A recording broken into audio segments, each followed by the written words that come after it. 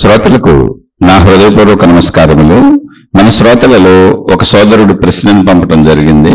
ఆ ప్రశ్న, ఎదుటివాడి కష్టాన్ని శ్రమని తమ స్వార్థమునకు అనుగుణముగా దోచుకొని లాక్కొని పీక్కుంటూ బ్రతికే పరాన్న జీవితం జీవించే వాళ్ళని ఏమనాలి? జీవితంలోకి కొన్ని శాశ్వత బంధాలను అటు వదులుకోలేము, అంటే జీవితంలో కొన్ని శాశ్వత బంధాలను అటు వదులుకోలేము, ఇటు పట్టుకోలేము. దించితే ఏడుస్తారు, ఎత్తుకుంటే పెత్తనం చలాయిస్తారు. వారి ప్రతి మాట, ప్రతి ఆలోచన, ప్రతి చేష్ట తేనె పూసిన కత్తిలా మెత్తగా కోస్తూ ఎంతెంతో అమాయకముగా నటిస్తూ నిత్య అబద్ధాలు మాట్లాడుతూ అడ్డదిడ్డంగా బద్ధకంగా బ్రతికేస్తూ తమ సొంత స్వార్థ జీవితం కోసమే ప్రతి అడుగు వేస్తారు. సామ దాన భేద మరియు దండోపాయం ఎన్ని ప్రయత్నాలు చేసినా కించిత్తు ఉపయోగము లేదు. ఇలాంటి వారిని ధర్మం వైపుగా మంచిగా మార్చుకోవటం ఎలా? ఇక ఎప్పటికీ మారలేరు అన్నప్పుడు మానసికముగా వదిలివేయటం ఎలా? వివరించగలరు? ఇదండి వీరి ప్రశ్న. అంటే సొంత బంధాలలో ఉన్నటువంటి ఇబ్బందులు. ఇప్పుడు వీరు ఈ ప్రశ్న అడిగినట్టు మనకు కనపడుతుంది, కానీ అసలు ఇటువంటి సమస్య లేనటువంటి మనిషి ఉండడు, కుటుంబం ఉండదు. అందరికీ ఇటువంటి సమస్యలు ఉంటాయి. ఎందుకంటే అందరము మానవ సమూహంలో మానవుల మధ్య బ్రతుకుతున్న వాళ్ళమే. మనిషిగా శరీర భావనతో జీవించేటువంటి ఏ మనిషి అయినా సరే జంతువుతో సమానమే. అంటే శరీరాన్ని మాత్రమే ఉపయోగిస్తున్నప్పుడు, శరీరమే నేననుకొని జీవిస్తున్నప్పుడు ప్రతి వ్యక్తి జంతువుతో సమానమే. ఈ విషయాన్ని అనేక శీర్షికల్లో చెప్పాను. నేను చెప్పటం అనేది నేను చెప్పటం కాదు, వెనక నుంచి మహాత్ములు చెప్పుకుంటూ వస్తున్నారు. జంతువునాం నరజన్మ దుర్లభం. అంటే జంతువులన్నింటిలోనూ నరుడు అనేటువంటి జన్మ లభించటము అసాధ్యము. అంటే నరుడు కూడా జంతువుల్లో భాగమే అని కలిపేశారు. కాదే జంతువులకు పైన ఉత్తమ జంతువు అంతే. అందుకని సహజంగా ఎవరికైనా సరే ప్రస్తుతం తన గురించి, తన ఆలోచన గురించి, తన జీవితం గురించి, తనకున్న ఇష్ట అయిష్టాల గురించి మాత్రమే లోపల సాగుతూ ఉంటుంది, మనసులో అనిపిస్తూ ఉంటుంది. ఎందుకని నా నొప్పి నాకు తెలుసు, నా ఆకలి నాకు తెలుసు, నా బాధ నాకు తెలుసు, నా కష్టం నాకు తెలుసు, నాకు తెలుసు ఇవన్నీ. అందుకని ఒక మనిషి తనకు తెలిసినట్టు జీవించే ప్రయత్నం చేస్తాడు, ఎవరైనా సరే. ఇప్పుడు మీరు జంతువులైనా మీరు చూడండి, వాటికి తెలిసినట్టు అవి జీవిస్తాయి. గొడవలు పడతాయి, కొట్టుకుంటాయి, లాక్కుంటాయి, పీక్కుంటాయి, అన్నీ జరుగుతూనే ఉంటాయి. సేమ్ అదే లక్షణాలు మనిషిలో కూడా ఉంటాయి. అంటే ఇది మనకి మన సొంత వాళ్ళు మనకు ఎలా కనబడుతున్నారు, మనం వాళ్ళకి ఎలా కనబడుతున్నామో అది కూడా ఆలోచించాలి.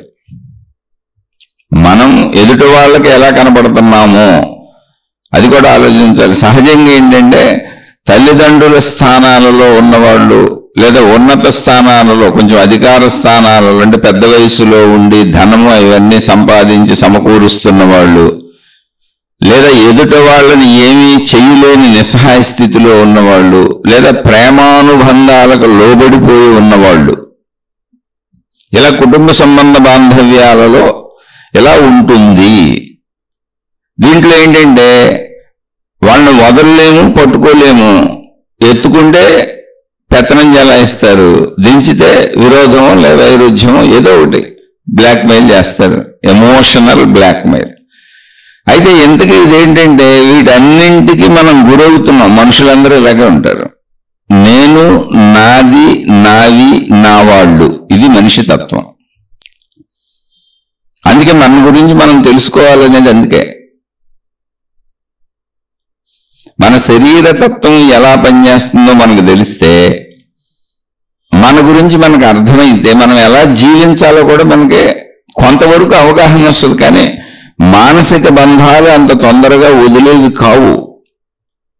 అలాని వదలవా అంటే కాలంలో చాలా బంధాలను కాలం వదలు కొట్టేసింది.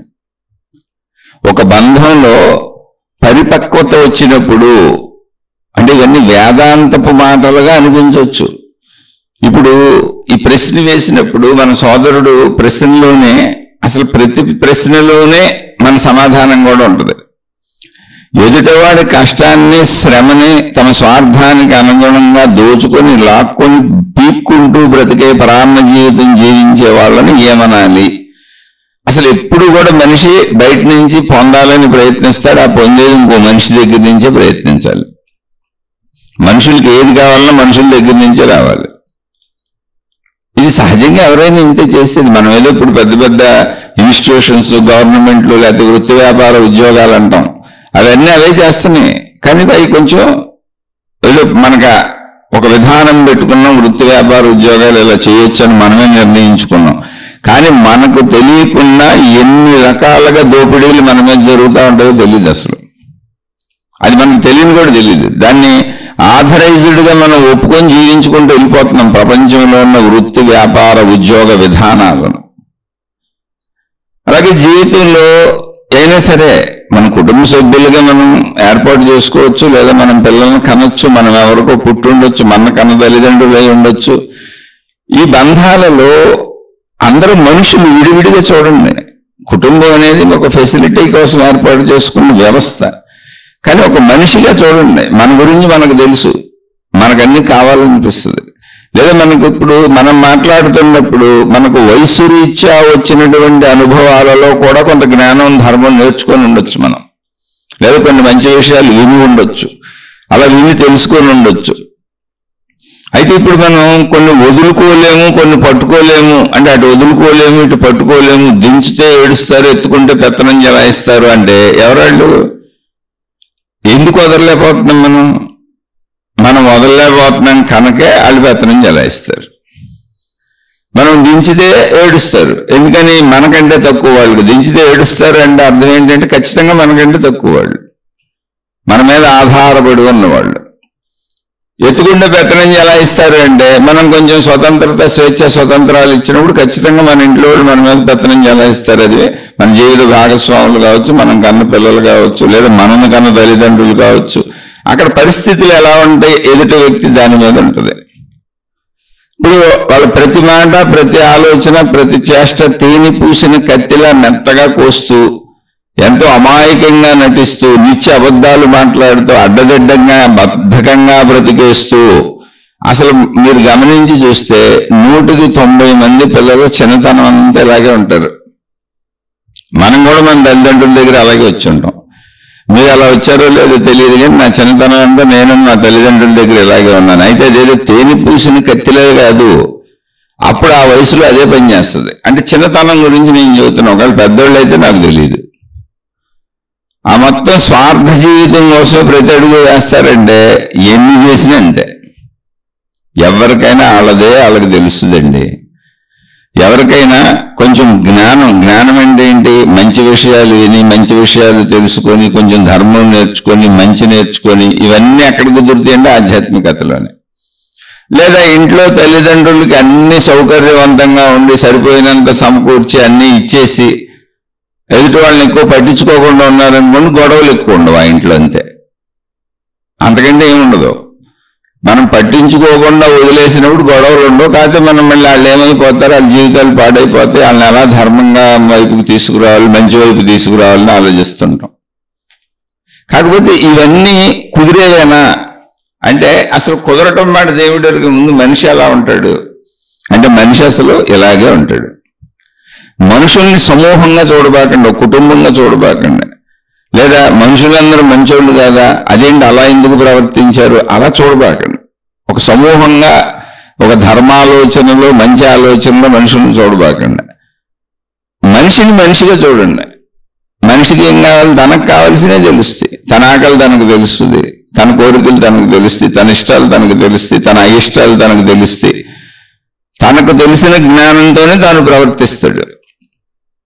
ఇప్పుడు నా చిన్నతనంలో నాకు గుర్తుంది, నా చిన్నతనం అంతా కూడా నేను సినిమాకి వెళ్ళాలనుకోండి, వద్దన్నారనుకోండి, అబద్ధాలు చెప్పి వెళ్ళేవాడిని. సినిమాలకి డబ్బులు ఇవ్వలేదు అనుకోండి, మా అమ్మగారు మా నాన్నగారు అక్కడ పెట్టుకున్న డబ్బుల్లో కొంత తీసుకొని వెళ్ళిపోయాడు. ఏ చిల్లరు నా సినిమాకి సరిపోయి తీసుకొని వెళ్ళిపోయాడు. చిన్నతనంలో మనం అనుకున్నవి జరగడానికి మొత్తం పిల్లలు ఇంచుమించుగా అంటే బలీయమైనటువంటి రూల్స్ పెట్టే తల్లిదండ్రులు ఉన్న చోట అందరూ కూడా అబద్ధాలు చెబుతారు. నాకు మా ఇంట్లో బలీయమైన రూల్స్ ఉండే. అంటే ఎప్పుడు పడుకోవాలో, ఎప్పుడు తినాలో, ఎప్పుడు తాగాలో, ఎప్పుడు తిరగాలో, ఎప్పుడు లేవాలో మొత్తం A to Z వాళ్లే చెబుతారు. అందుకని నేను A to Z మొత్తం అబద్ధాలు చెప్పేవాడిని. అయితే అబద్ధాలు చెప్పాలి అని అసలు నాకు తెలియదు. నేను అబద్ధం చెబుతున్నానని కూడా నేను అనుకోవట్లా. అన్ని రూల్స్ నేను భరించలేకపోతున్నాను. నాకు స్వేచ్ఛగా, నాకు బద్ధకంగా కొంచెం ఒక అరగంట అటు ఇటుగా లేవాలని ఉంది. నాకు స్వేచ్ఛగా బద్ధకంగా ఒక గంట అటు ఇటుగా పడుకోవాలని ఉంది. ఎందుకంటే పడుకుంటే నిద్ర రావద్దు. కాసేపు ఫ్రెండ్స్తో తిరగాలని ఉంది, ఆడుకోవాలని ఉంది. ఏంటి చిన్నతనం నుంచి కాసేపు చదువుకోవాలని అనిపించవచ్చు, ఒకరోజు చదువుకోవాలని అనిపించకపోవచ్చు. ఇలా చిన్నతనంలో నుంచి ప్రతి వ్యక్తికి, ప్రతి మనిషికి, ప్రతి జీవికి, అంటే భూమి మీద మనిషిగా పుట్టిన ప్రతి మనిషికి పసి వయస్సు నుంచి స్వీయ భావాలు ఉంటాయి. ఇవి చాలా మంది తల్లిదండ్రులు వాళ్ళనేదో ఉద్ధరించేద్దాం, వాళ్ళకేదో మేలు చేసేద్దాం, వాళ్ళ మంచి కోసమే చెబుతున్నానని వీళ్ళ స్థాయిలో ఆలోచిస్తారు. అంటే ఎవరి స్థాయిలో? తల్లిదండ్రుల స్థాయిలో. అసలు తల్లిదండ్రులు అవ్వడానికి సుమారుగా 30 ఏళ్ళ వయసు పట్టుద్ది. 30 ఏళ్ల తేడా ఉంది. మళ్ళీ వీళ్ళు పెరగాలి కదా, కనీసం వాళ్ళకి అర్థం అవ్వాలంటే 10 ఏళ్ళు రావాలి కదా. పిల్లలకి అర్థం అవ్వాలి. అసలు ఆ 10 ఏళ్ల ముందు అర్థమై చావదు కూడా. అది నేను ఏం చెప్పినా అర్థం అవ్వదు, ఎందుకంటే చిన్నతనం అది. అంటే 40 ఏళ్ల అంతరంలో నడుస్తూ ఉంటారు. 30-40 ఏళ్ల అంతరంలో పుట్టిన కాడి నుంచి లెక్కయకూడదు, కనీసం తెలియాలి. 10-15 ఏళ్ళు రావాలి వాళ్ళకి. 40 ఏళ్ల అంతరంలో సాగుతున్న మనుషులకి 40 ఏళ్ల జీవితం ఎన్ని అనుభవాలు నేర్పుతుంది, మనుషులతో ఎన్ని అనుభవాలు వచ్చి ఉంటాయి, చుట్టూ ఉన్న ప్రపంచంలో ఎన్ని నేర్చుకొని ఉంటాం. 40 ఏళ్ల జీవితం అంటే సగం జీవితం అయిపోయింది. సగం జీవితం అయిపోయిన వాడికి ఇంచుమించుగా అన్నీ, అంటే ఒక లోకంలో, భౌతిక లోకంలో, ప్రపంచంలో, జీవితంలో బ్రతుకుతున్నప్పుడు ఎన్ని కష్ట నష్ట అనుభవాలు అవ్వాలో, ఎన్ని పంచేంద్రియ అనుభవాలు అవ్వాలో అన్నీ అయిపోయి ఉంటాయి. 40 ఏళ్ల వ్యత్యాసంలో, 40 ఏళ్ల జీవితంలో. ఆ తర్వాత వచ్చిన వాళ్ళు పిల్లలు, ఆ తర్వాత వచ్చారు పిల్లలు. అంటే 10-15 ఏళ్ళు అయితే కానీ పిల్లల్ని కుదరదంటున్నా. ఇలా ఉన్నారేంటి, అలా ఉన్నారేంటి అని ప్రస్థానంలో అనడానికి కుదరదు. మాండవ్య మహర్షి అని, అంటే మనకు మహాత్ములు అందించినటువంటి కొన్ని కథలు ఉన్నాయి, తెలుసుకోవాలి. అవి తెలుసుకోకపోతే మనకి మన స్వీయ స్ఫురణ మనకు తెలియదు. మనం ఎలా ఆలోచిస్తున్నాం, ఎలా ఉన్నాం, ముందు మన గుణాలు మనకు తెలియాలి. అసలు ఒక మానవుడి యొక్క ఎదుగుదల ఎలా ఉంటుంది ఇవన్నీ తెలియాలి. మాండవ్య మహర్షి అని ఆయన ఒక ఆశ్రమం ఉంది. ఆయనకి ఆయన శిష్యులు వాళ్ళు ఉన్నారు. ఆయన ఆశ్రమంలో ఏదో సాధన చేసుకుంటూ ఒక మారుమూల ఉంటున్నారు. సరే, ఏ ప్రదేశమైనా ఏదో ఒక రాజ్యంలో ఉంటుంది కదా, రాజుల కాలం. రాజుగారి ధనాగారంలో దొంగలు దొంగతనం చేసి ఏదో నగలు ఎత్తుకుపోయారు. మొత్తానికి ఆ నగల్ని ఇప్పుడు పోలీసులు వెంటబడినట్టు అప్పుడు రాజభటులు వెంటపడ్డారు ఆ దొంగలను గుర్తించి. ఆ దొంగలు పారిపోతూ ఇక రాజభటులకు దొరికిపోతాం మనం, వాళ్ళు చాలా దగ్గరగా వచ్చేశారు, వాళ్ళకి దొరకకుండా తప్పించుకోవడం కుదరదు అనేటువంటి భావంతో వాళ్ళు ఈ మాండవ్య మహర్షి ఆశ్రమంలో దూరారు. అటుగా పరిగెత్తు దూరం ఏం చేశారు, ఈ నగలన్నీ ఆశ్రమంలో పడేశారు, అక్కడ దాశారు, పారిపోయారు వాళ్ళు నగలు వదిలేసి. ఇప్పుడు ఈ భటులు వెతుకుతూ వాళ్ళు ఈ ఆశ్రమంలోకి రావడం చూశారు. చూస్తే మాండవ్య మహర్షి ఆయన ఏదో అసలు సాధన చేసుకుంటున్నారు, ఆయన ఏదో ధ్యాన ముద్రలో ఉన్నారు, అసలు ఇదేం గమనించలేదు ఆయన. వాళ్ళు పడేసి వెళ్ళిపోయారు. వాళ్ళు వచ్చి చూస్తే దొంగలు కనపడలేదు, నగలన్నీ ఇక్కడ ఉన్నాయి. ఓహో, అయితే ఈ దొంగతనానికి ఈ మహర్షికి సంబంధం ఉంది అని ఈ మహర్షిని పట్టుకుపోయారు రాజభవనానికి. అంటే ఏముంది మహర్షి అంటే ఇప్పుడు దొంగ గురువులు, దొంగ మహాత్ములు ఎంతమంది చల్లమని అవట్లేదు, అలా అనుకున్నారు పాపం వాళ్ళు. ఆయన తీసుకెళ్ళిపోయారు, కానీ నిజంగా ఆయనకి ఏమీ తెలియదు. అప్పుడు ఆయన ఉన్న విషయం చెప్పాడు రాజుగారికి. అయ్యా, అసలు నాకు విషయమే తెలియదు, ఎవరు వచ్చారో వెళ్ళారో కూడా తెలియదు, నేను నా తపస్సులో ఉన్నాను. తపస్సు అంటే ధ్యానం, అదేదో అద్భుతం అనుకోబాకండి, ప్రశాంతంగా కూర్చునే ఓ ప్రక్రియ. ప్రశాంతంగా మనసును ఉంచుకుంటున్నారు, బాహ్యంలో మనలా తిరిగి పరుగులు ఎట్టకుండా. అందుకు గాను వాళ్ళు ఏంటంటే భిక్షాటన చేసుకొని ప్రజల నుంచి కొంచెం సహాయం తీసుకొని తిని బతుకుతున్నారు అంతే. సొంత వృత్తి వ్యాపార ఉద్యోగాలు పెట్టుకోవాలి, అవి పెట్టుకుంటే మనం తిరగాల్సి వస్తుంది. పూర్వం ఋషులు మునులు యోగులు అంటే ఏంటంటే భిక్షాటన మీద జీవించేవాళ్ళు, ప్రజలు ఏమన్నా ఇస్తే జీవించేవాళ్ళు, అవి తీసుకొని అంటే తినడానికి ఉండటానికి. తర్వాత వాళ్ళు అంతర్ముఖ సాధన చేసుకునేవాళ్ళు.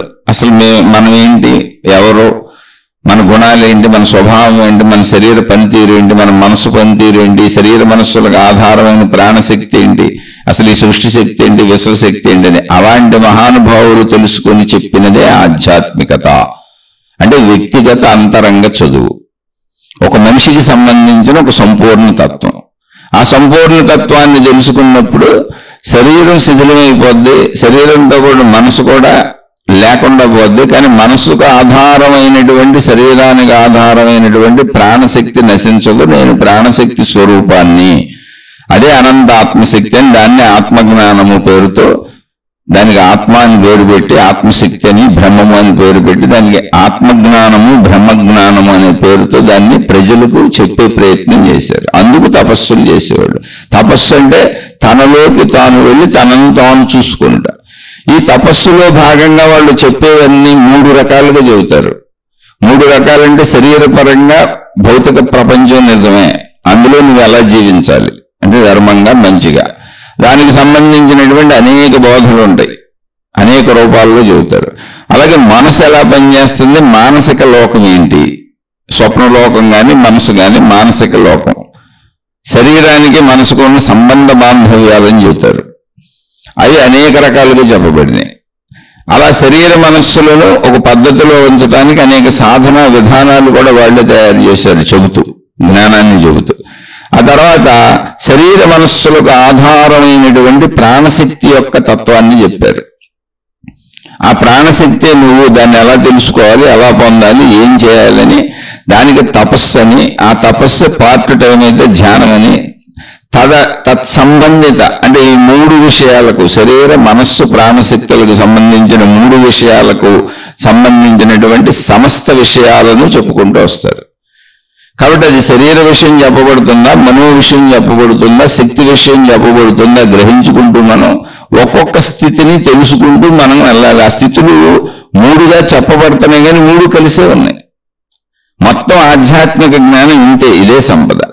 అది మతాల పేరు మీద చెప్పినా, మార్గాల పేరు మీద చెప్పినా, దేవుళ్ళ పేరు మీద చెప్పినా, ఏ విధానాలలో చెప్పినా, అయితే శరీర సంబంధిత భౌతిక విషయాలలో ఎలా ఉండాలో చెప్పుంటారు, లేదా మానసిక సంబంధిత విషయాలలో మనసుని ఎలా అదుపు చేయడానికి అనువైనటువంటి విషయాలను చెప్పుంటారు, అవి తయారు చేసి ఉంటారు. అక్కడి నుంచి శక్తిని తెలుసుకోవడానికి అవసరమైన ఆత్మజ్ఞాన విషయాలని చెప్పుంటారు. ఈ 3 స్థితుల్లోనే ఉంటాయి మొత్తంగా, మనకి ఎక్కడ ఏది చెప్పబడినా. ఇప్పుడు మాండవ్య మహర్షిది చెప్పుకుంటున్నప్పుడు శరీరపరమైనటువంటి విధానంలో అక్కడ నగలు దొరకటం వలన ఆ రాజుకు కానీ, ఆ భటులకు కానీ అసలు ఈ ఆత్మజ్ఞానం ఏంటి, ఈ తత్వం ఏంటి, ఆధ్యాత్మికత ఏంటి తెలియదు. ఏదో ఋషులు మునులు యోగులు ఏదో చేసుకుంటారు, ప్రశాంతంగా ఉంటారు, అది మంచివాళ్ళు అని ఎవరికి తెలుసు. కానీ అందులో దొంగలు కూడా దూరిపోయి కపట వేషధారులు ఎప్పుడు ఉంటారు, అనాదిగా ఉన్నారు, ఇప్పుడు ఉన్నారు, ఎప్పుడు ఉంటారు. నేను మనిషిలోని దుర్బుద్ధి ఎలా ఉంటుంది. అప్పుడు రాజు నిర్ధారణ ఏం చేశాడు అంటే, దొరికింది నగలు అక్కడే కనుక ఖచ్చితంగా దొంగలతో కానీ దొంగతనంతో కానీ వీరికి సంబంధం ఉండాలి అని దొంగతనానికి శిక్షగా ఆయనని ఒక ఇనప సోలం మీద కూర్చోబెట్టేటువంటి శిక్ష వేశారు. అంటే ఆయన కూర్చోబెడితే ఆయన మలద్వారంలోంచి ఆయన అలా కూర్చోబెట్టారు. ఒక పలుగు అంటాం మనం, ఇప్పుడు కొబ్బరి పీచులు తీయటానికి, భూమిని తవ్వటానికి ఉపయోగిస్తారు పలుగు. అలాంటి పలుగు లాంటి దాని మీద, ఇనప దాని మీద కూర్చోబెడతారు. ఆయన శూలదండన శిక్ష అంటారు దాన్ని. అంటే శూలం మీద కూర్చోబెడతారు. ఆ బరువుకి అది గుచ్చుకొని కొద్ది కొద్దిగా దిగుతూ ఉంటారు కిందకి, లోపలికి. అది మలద్వారంలోంచి గుచ్చుకొని లోపలికి వెళ్ళిపోతూ ఉంటుంది. అది శూలదండన శిక్ష వేశారు ఆయనకి. అయితే ఆయన మహర్షి, యోగి, ఆల్రెడీ ఆయనకి తపస్సు ధ్యానం తెలుసు. సరే, శిక్షణ ఏం చేస్తాడు, ఆయన ఎలా తప్పించుకుంటాం, ఇప్పుడు ఎలా నిరూపించుకుంటాం. కాబట్టి ఆయన అనుభవించక తప్పలేదు ఆ శిక్ష. ఆ శూలదండన శిక్ష వేసినప్పుడు తర్వాత ఏదో విషయాల వలన రాజుగారికి తెలిసింది నా తప్పు చేయలేదు అని. రాజుగారికి తెలిసింది. అయ్యయ్యో ఆయన తీసుకురండి అంటే అప్పటికే శూలం ఆయనకి లోపలికి చాలా భాగం వెళ్ళిపోయింది. ఇప్పుడు అది తీస్తే ఆయన చనిపోవటం ఇలాంటివి జరగచ్చు. సరే అదేదో కోసారు, తీశారు, అయిపోయింది, విషయం తెలిసింది, ఇదంతా ఓకే. అప్పుడు ఆయన ఆలోచించారు, అసలు ఏ మనిషి అయినా ఏ కర్మనైనా అనుభవించాలంటే మాండవ్య మహర్షి కర్మ సిద్ధాంతం అనేది ఒకటి నడుస్తుంది కదా. ఎందుకంటే ఋషులు, యోగులు, మునులకి ఈ విషయం తెలుసుగా. అందుకని ఆయన అంగీకరించి ఊరుకున్నారు. దాన్ని తను చెప్పదలిచింది చెప్పారు. శిక్ష పడిందంటే నేను ఏదో చేసుంటా ఈ జన్మలోనో గత జన్మలోనో, తత్సంబంధిత బాధని ఇప్పుడు అనుభవిస్తున్నాను అనుకున్నారు పాపం అంతే ఆయన. అప్పుడు కూడా ధ్యానం, తపస్సు ఆ బాధను అనుభవిస్తూ తనకేదో తన మనసు ప్రకారం తను చేసుకున్నారు. సరే ఈయన్ని పాపం ఆ శూలం అక్కడి వరకు కోసేసి ఈయన్ని తీసేశారు. అప్పుడు ఆయన అసలు ఈ శిక్ష నాకు ఎందుకు పడింది అనేటువంటి అనుమానం ఆయనకు వచ్చింది. నేనేం పొరపాటు చేసి ఉంటాను. దానికి ఆయన ఈ శిక్షలు వేసేటువంటి వ్యక్తి యమధర్మరాజు అని చెప్పబడుతూ ఉంటుంది మనకి. ఇది కథగానే తీసుకోండి, ఇందులో నీతిని అర్థం చేసుకోండి. ఆయన యమధర్మరాజు దగ్గరికి వెళ్ళి యమధర్మరాజును ప్రశ్నించారు. అయ్యా, నాకు ఇంత భయంకరమైనటువంటి శిక్ష ఎందుకు వేశారు? నేనేం తప్పు చేశాను? ఏం పొరపాటు చేశాను? నాకు కొంచెం జ్ఞానం తెలిసిన దగ్గర నుంచి నేను మహర్షిగా వచ్చాను, ఇక్కడ బతుకుతున్నాను, నన్ను మాండవ్య మహర్షి అంటారు. నాకు తెలిసి నేనే పొరపాట్లు ఈ జన్మలో చేయలేదు, మరి నేనేం చేశానని నాకు ఈ శిక్ష విధించారు అని అడిగాడు. అప్పుడు యమధర్మరాజు చెప్పాడు ఆయన, నాయన, నువ్వు చిన్నతనంలో నువ్వు చిన్నపిల్లోడు ఉన్నప్పుడు ఆడుకుంటూ తోటల్లో తూనీగలను పట్టుకొని వాటికి పిన్నీసుతో సూదులు గుచ్చి వాటి తోకల్లోంచి వాటిని బంధించేవాడు. వాటి తోకల్లో సూదులు గుచ్చేవాడు. చాలా మంది పిన్నీసులు గుచ్చుతూ ఉంటారు, అవి తగిలించుకొని ఎగురుతూ ఉంటాయి, తూనీగలని ఉంటాయి అన్నమాట. అవి చేసేవాడివి. అందువలన వాటికి నువ్వు వాటికి అంత బాధ పెట్టావు కనుక వాటికి అవి పడినటువంటి బాధకు సమానంగా నీకు శిక్ష విధించబడింది అని చెప్పారు యమధర్మరాజు. అంటే అప్పుడు నా వయసు ఎంత ఉంటుంది అని అడిగారు ఆయన. అంటే బాల్య వయస్సునైనా ఏదో 10 ఏళ్ళలోపు అలా ఉండుంటావు నువ్వు అన్నారు. అంటే అప్పుడు ఆయన చెప్పారు మాండవ్య మహర్షి, అది కరెక్ట్గా నాకు గుర్తులేదు కానీ 13-14 ఏళ్ళు, అంటే కౌమార దశ. కౌమార దశ రాకుండా బాల్య దశలో ఉన్నటువంటి ఎవరికైనా అసలు ఎలా తెలుస్తుంది తప్పని ఇది రైట్ అని? తెలియదు కదా, ఇంకా జ్ఞానాభివృద్ధి చెందలేదు కదా. బాల్య దశలో చేసిన దానికి, తెలియక అమాయకంగా చేసిన దానికి అంత నొప్పి ఉంటుందని నాకు తెలియదు. ఆటల్లో చేశాను నేను. అప్పుడు నాకు ఇంత శిక్ష వేస్తారు? తెలిసి చేస్తే కదా శిక్ష వేయాలి. ఉద్దేశపూర్వకంగా నేను కావాలని దాన్ని హింసిస్తే కదా. నేను ఉద్దేశపూర్వకంగా చేసినట్టు మీకు కనపడుతుంది. నేనే తూనీగలను కొట్టుకొని గుచ్చి, సూదులు గుచ్చి, పిన్నీసులు గుచ్చి అది ఎగరేసినట్టు అది చేసినట్టు కనపడుతుంది. కానీ నాకు లోపల జ్ఞాన పక్వత లేదు, మెదడులో నాకు తెలియదు, శరీరపరంగా క్రియ చేస్తాం కనపడుతుంది. కనుక ఈ రోజు నుంచి, అంటే నువ్వు వేసిన శిక్ష అధర్మము కాబట్టి నా తపోశక్తితో చెబుతున్నా, ఈ రోజు నుంచి 13-14 సంవత్సరాలు నాకు సరిగ్గా గుర్తులేదు. ఈ 13 సంవత్సరాల వయసు లోపల వాళ్ళ ఏ తప్పులు చేసినా వాళ్ళకి శిక్షలు ఉండవు. ఎందుకంటే బాల్య దశ ఇది, తెలియదు వాళ్ళకే. అలా తెలియని వాళ్ళకి శిక్షలు వేయకూడదు, ఉండదు. వాళ్ళకి తల్లిదండ్రులు నేర్పాలి.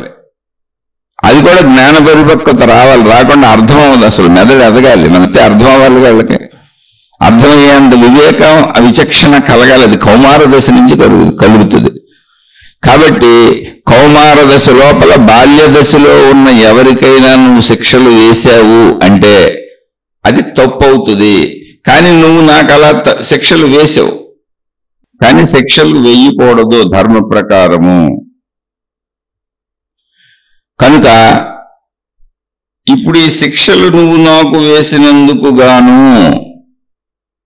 నువ్వు మానవుడి గురించి గురించి తెలియాలి కనుక మానవ లోకంలో మనిషిగా పుట్టు అని యమధర్మరాజుకి ఈయన ఆ శిక్షకు ప్రతిఫలంగా సరిపోయినటువంటిది శాపం అంటారు, శాపం అనుకోవచ్చు. మనిషిగా పుట్టు అని చెప్పారు. ఎందుకంటే మనిషిగా పుడితే మనిషి జ్ఞానం నీకు తెలుస్తుంది అని, అంతకంటే ఏం లేదు. ఆ స్థితి నీకు అనుభవం అయితే మళ్ళీ ఆ శిక్షలు వేయకుండా ఉంటావని. ఇప్పుడు కూడా మనం మాట్లాడుకునేది అంతే, జ్ఞానాన్ని పెంచుకోవడం అంటే ఏంటి, అది తెలుసుకోవడం. తెలుసుకుంటే మంచిగా ప్రవర్తిస్తాం, తెలియకపోతే స్వార్థం అనేది సహజ శరీరంలో ఉంటుంది. కాబట్టి స్వార్థం సహజ శరీరంలో ఉండడం అంటే ఏంటి, నా ఆకలి నాకు తెలుస్తుంది, నా బాధలు నాకు తెలుస్తాయి, నా నొప్పి నాకు తెలుస్తుంది, నా సుఖాలు నాకు తెలుస్తాయి, నా కష్టాలు నాకు తెలుస్తాయి, నా ఇబ్బందులు నాకు తెలుస్తాయి. నిజంగా వదిలేస్తే మనిషికి తెలిసేది ఇంతేగా, తన శరీరం గురించేగా.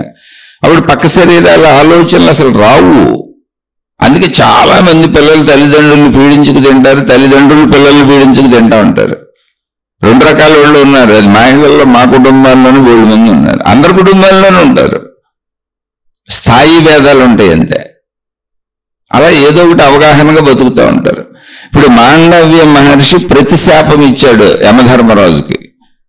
ప్రతిశాపం అంటే శాపం అని మనం ఊరుకునే అనుకుంటున్నాం కానీ, నాయన దేవతా స్థానాలలో శిక్ష వేసే స్థానాలలో కూర్చొని శిక్షలు వేసేస్తున్నావు, కానీ నీకు మానుష శరీరం లేదు.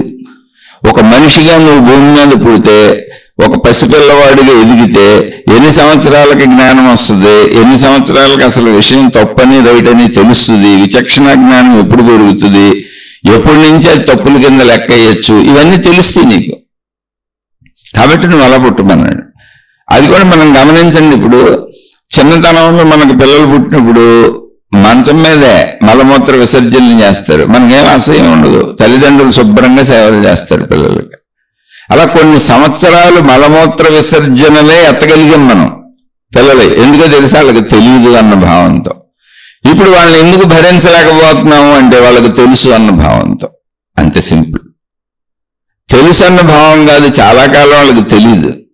లేదా పెద్ద వయసు వచ్చింది ఇంకా తెలియదా అంటే, జ్ఞానము తెలియని వాడికి ఎప్పటికీ తెలియనట్టే. జ్ఞానం ఎవరో ఒకళ్ళు నేర్పాలిగా.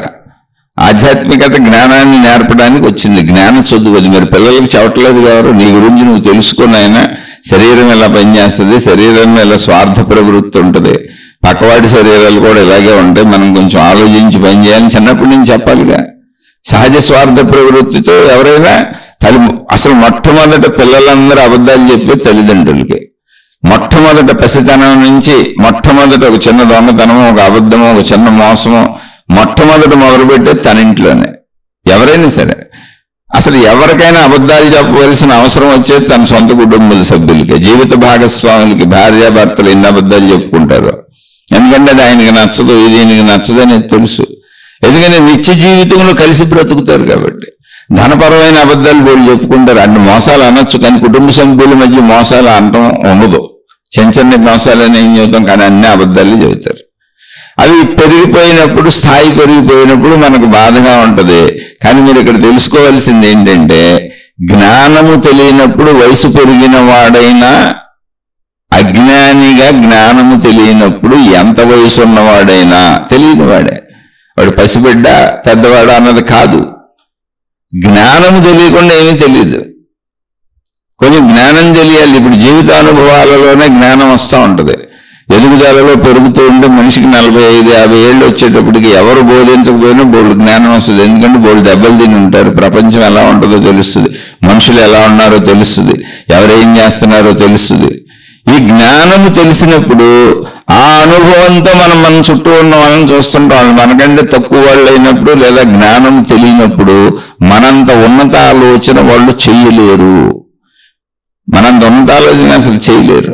నాకు నా చిన్నతనం అంతా గుర్తుంది. నేను ఎలా గడిపి వచ్చాను, ఎలా బ్రతికి వచ్చాను, ఎన్ని అబద్ధాలు చెప్పాను, ఎన్ని తప్పులు చేశాను, ఎన్నిసార్లు ఇంట్లో డబ్బులు తీసుకున్నాను, ఎన్నిసార్లు దొంగతనంగా సినిమాలకు వెళ్ళాను, షికారులకు వెళ్ళాను, ఫ్రెండ్స్తో తిరిగాను. అసలు లక్షల కోట్ల అబద్ధాలు చెప్పుకుంటాను. ప్రతిరోజు చెప్పాను. ఎందుకో తెలుసా, మా ఇంట్లో క్రమశిక్షణ ఎక్కువ. చెప్పినప్పుడు లేవాలి, చెప్పినప్పుడు తినాలి, చెప్పినప్పుడు పడుకోవాలి, చెప్పినప్పుడు అన్నీ చెప్పినప్పుడు పడుకోవాలి. నిద్ర వచ్చేస్తుందా? అసలు నన్ను ఎన్నిసార్లు కొట్టుంటారో నాకే లెక్కలేదు. 1000 సార్లు కొట్టుంటారు. చిన్నదనం నుంచి పెద్దనే కొడతామంటే ఏదో సినిమాల్లో హీరో విలన్ కొట్టినట్టు కాదు, చంప దెబ్బ ఒక దెబ్బ వేస్తానే ఉంటుంటారు రోజు. ఎందుకంటే నేను ఏదో ఒకటి రోజు చేస్తానే ఉంటాను. ఇవన్నీ సహజ విషయాలు.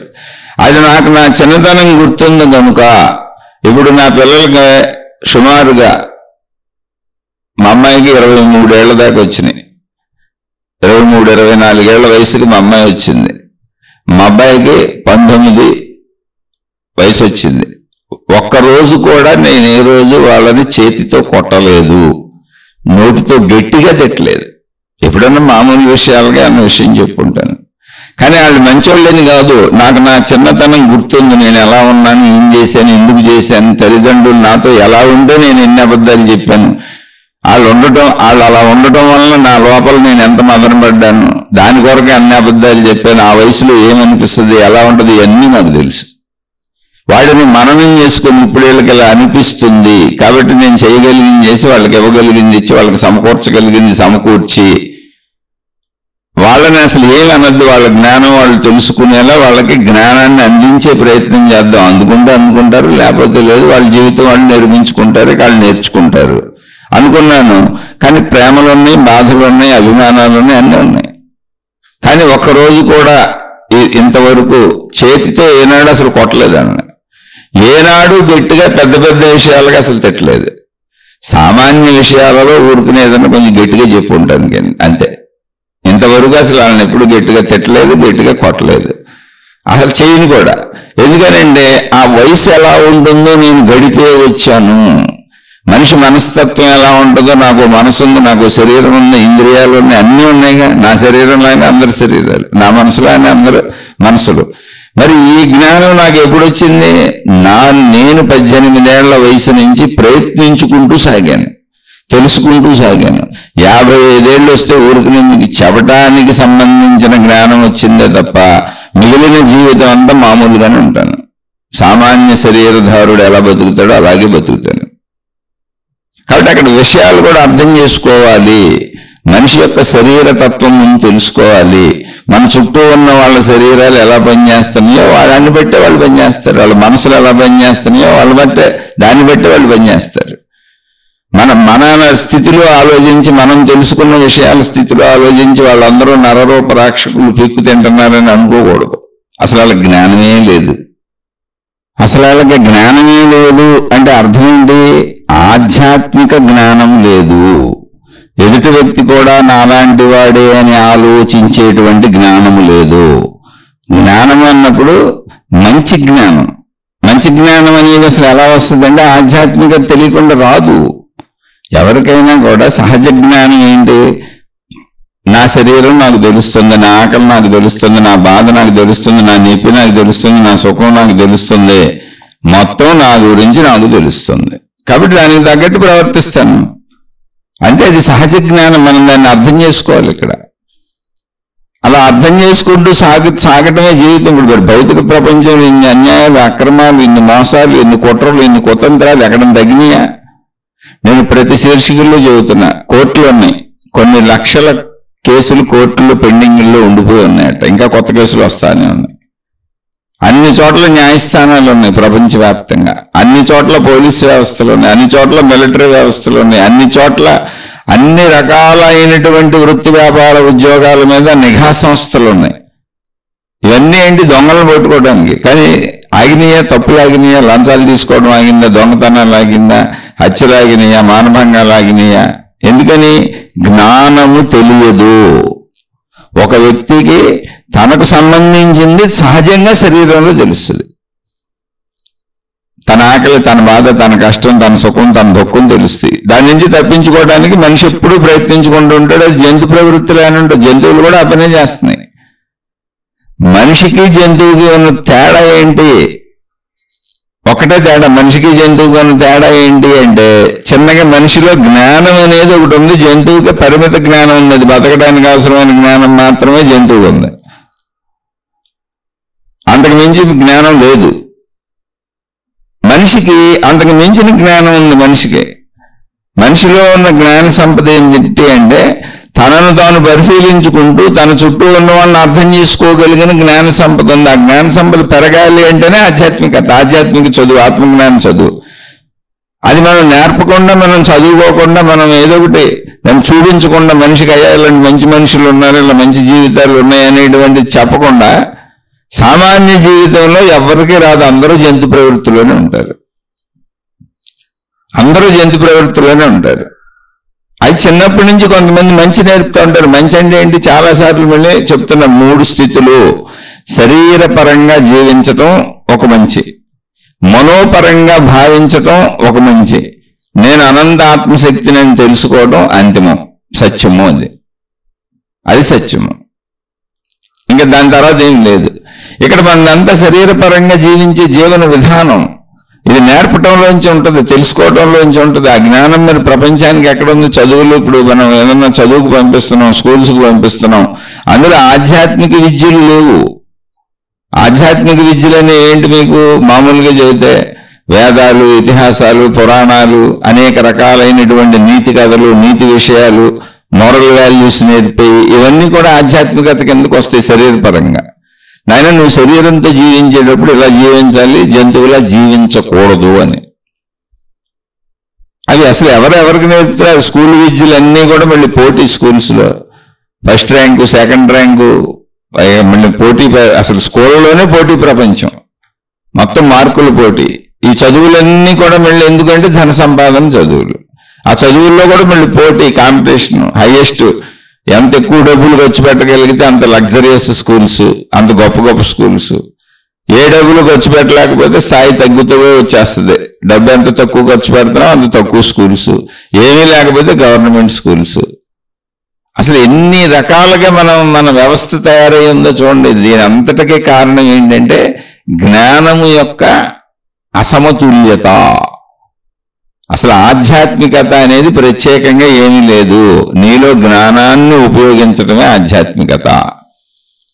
ఆ జ్ఞానాన్ని నేను ఉపయోగిస్తున్నానా లేదా అనేది ఏంటి అంటే శరీరపరంగా నువ్వు ఉపయోగించే పరిమిత జ్ఞానం అజ్ఞానం, జంతు జ్ఞానం. అది జ్ఞానం తప్పేం కాదు, శరీరంతో అంతవరకే వస్తుంది.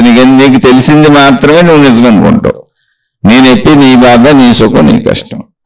ఆధ్యాత్మికత అంటే అలా కాదు. నా నొప్పి లాంటి నొప్పి మనుషులందరికీ ఉంటుంది. ఇది జంతువుకు తెలియదు ఆ విషయం. ఇక్కడి నుంచే మనిషి మారాడు. ఇక్కడ వరకు జంతువులు మనుషులు ఒకటే. నాది నాకు తెలియటం, నా సుఖం, నా బాధ, నా దుఃఖం నాకు సంబంధించినవి తెలియటం, దానికోసం ప్రయత్నించుకోవడం, వాటిని పొందాలనుకోవడం, లేదా ఇబ్బందుల నుంచి తప్పించుకోవాలనుకోవడం, ఇవన్నీ జంతువులకి తెలుసు, మనిషికి తెలుసు. అది శరీరపరమైన సహజ జ్ఞానం. నాకు మామూలుగా ఎవరికైనా తెలుస్తుంది, అది అందరికీ, నాకు అది తెలుస్తుంది. కానీ మనిషిలో ఉన్న ప్రత్యేక జ్ఞానం ఏంటి? జంతువులకి లేనిది మనిషికి ఉన్నది ఏంటి అంటే నాలాగే మనుషులందరూ. ఇది జంతువు కనిపించదు. అక్కడి నుంచి మనిషి మారాడు, జ్ఞానం మారింది. ఎదుటి వాళ్ళు కూడా నాలాంటి వాళ్లే. నా తల్లిదండ్రుల, అన్నదమ్ముల, అక్క చెల్లెళ్ళ, బయట వాళ్ళ, ఇంకొకళ్ళ, ఇంట్లో వాళ్ళు, ఏదైనా అందరూ నాలాంటి వాళ్ళే అన్నప్పుడు మానవ సమూహం ఎలా బ్రతకాలి? ఇప్పుడు నేను సుఖపెడుతూ ఎదుటి వాళ్ళని సుఖపెట్టాలి, ఎదుటి వాళ్ళని సుఖపెడుతూ నేను సుఖపడాలి, ఎదుటి వాళ్ళకి సంతోషాన్ని ఇస్తూ నేను సంతోషాన్ని పొందాలి, నేను సంతోషాన్ని పొందుతూ ఎదుటి వాళ్ళకి సంతోషాన్ని ఇవ్వాలి. ఇలా ఉండాలి జీవితాలు. ఎందుకంటే అందరూ బతకాలి కాబట్టి.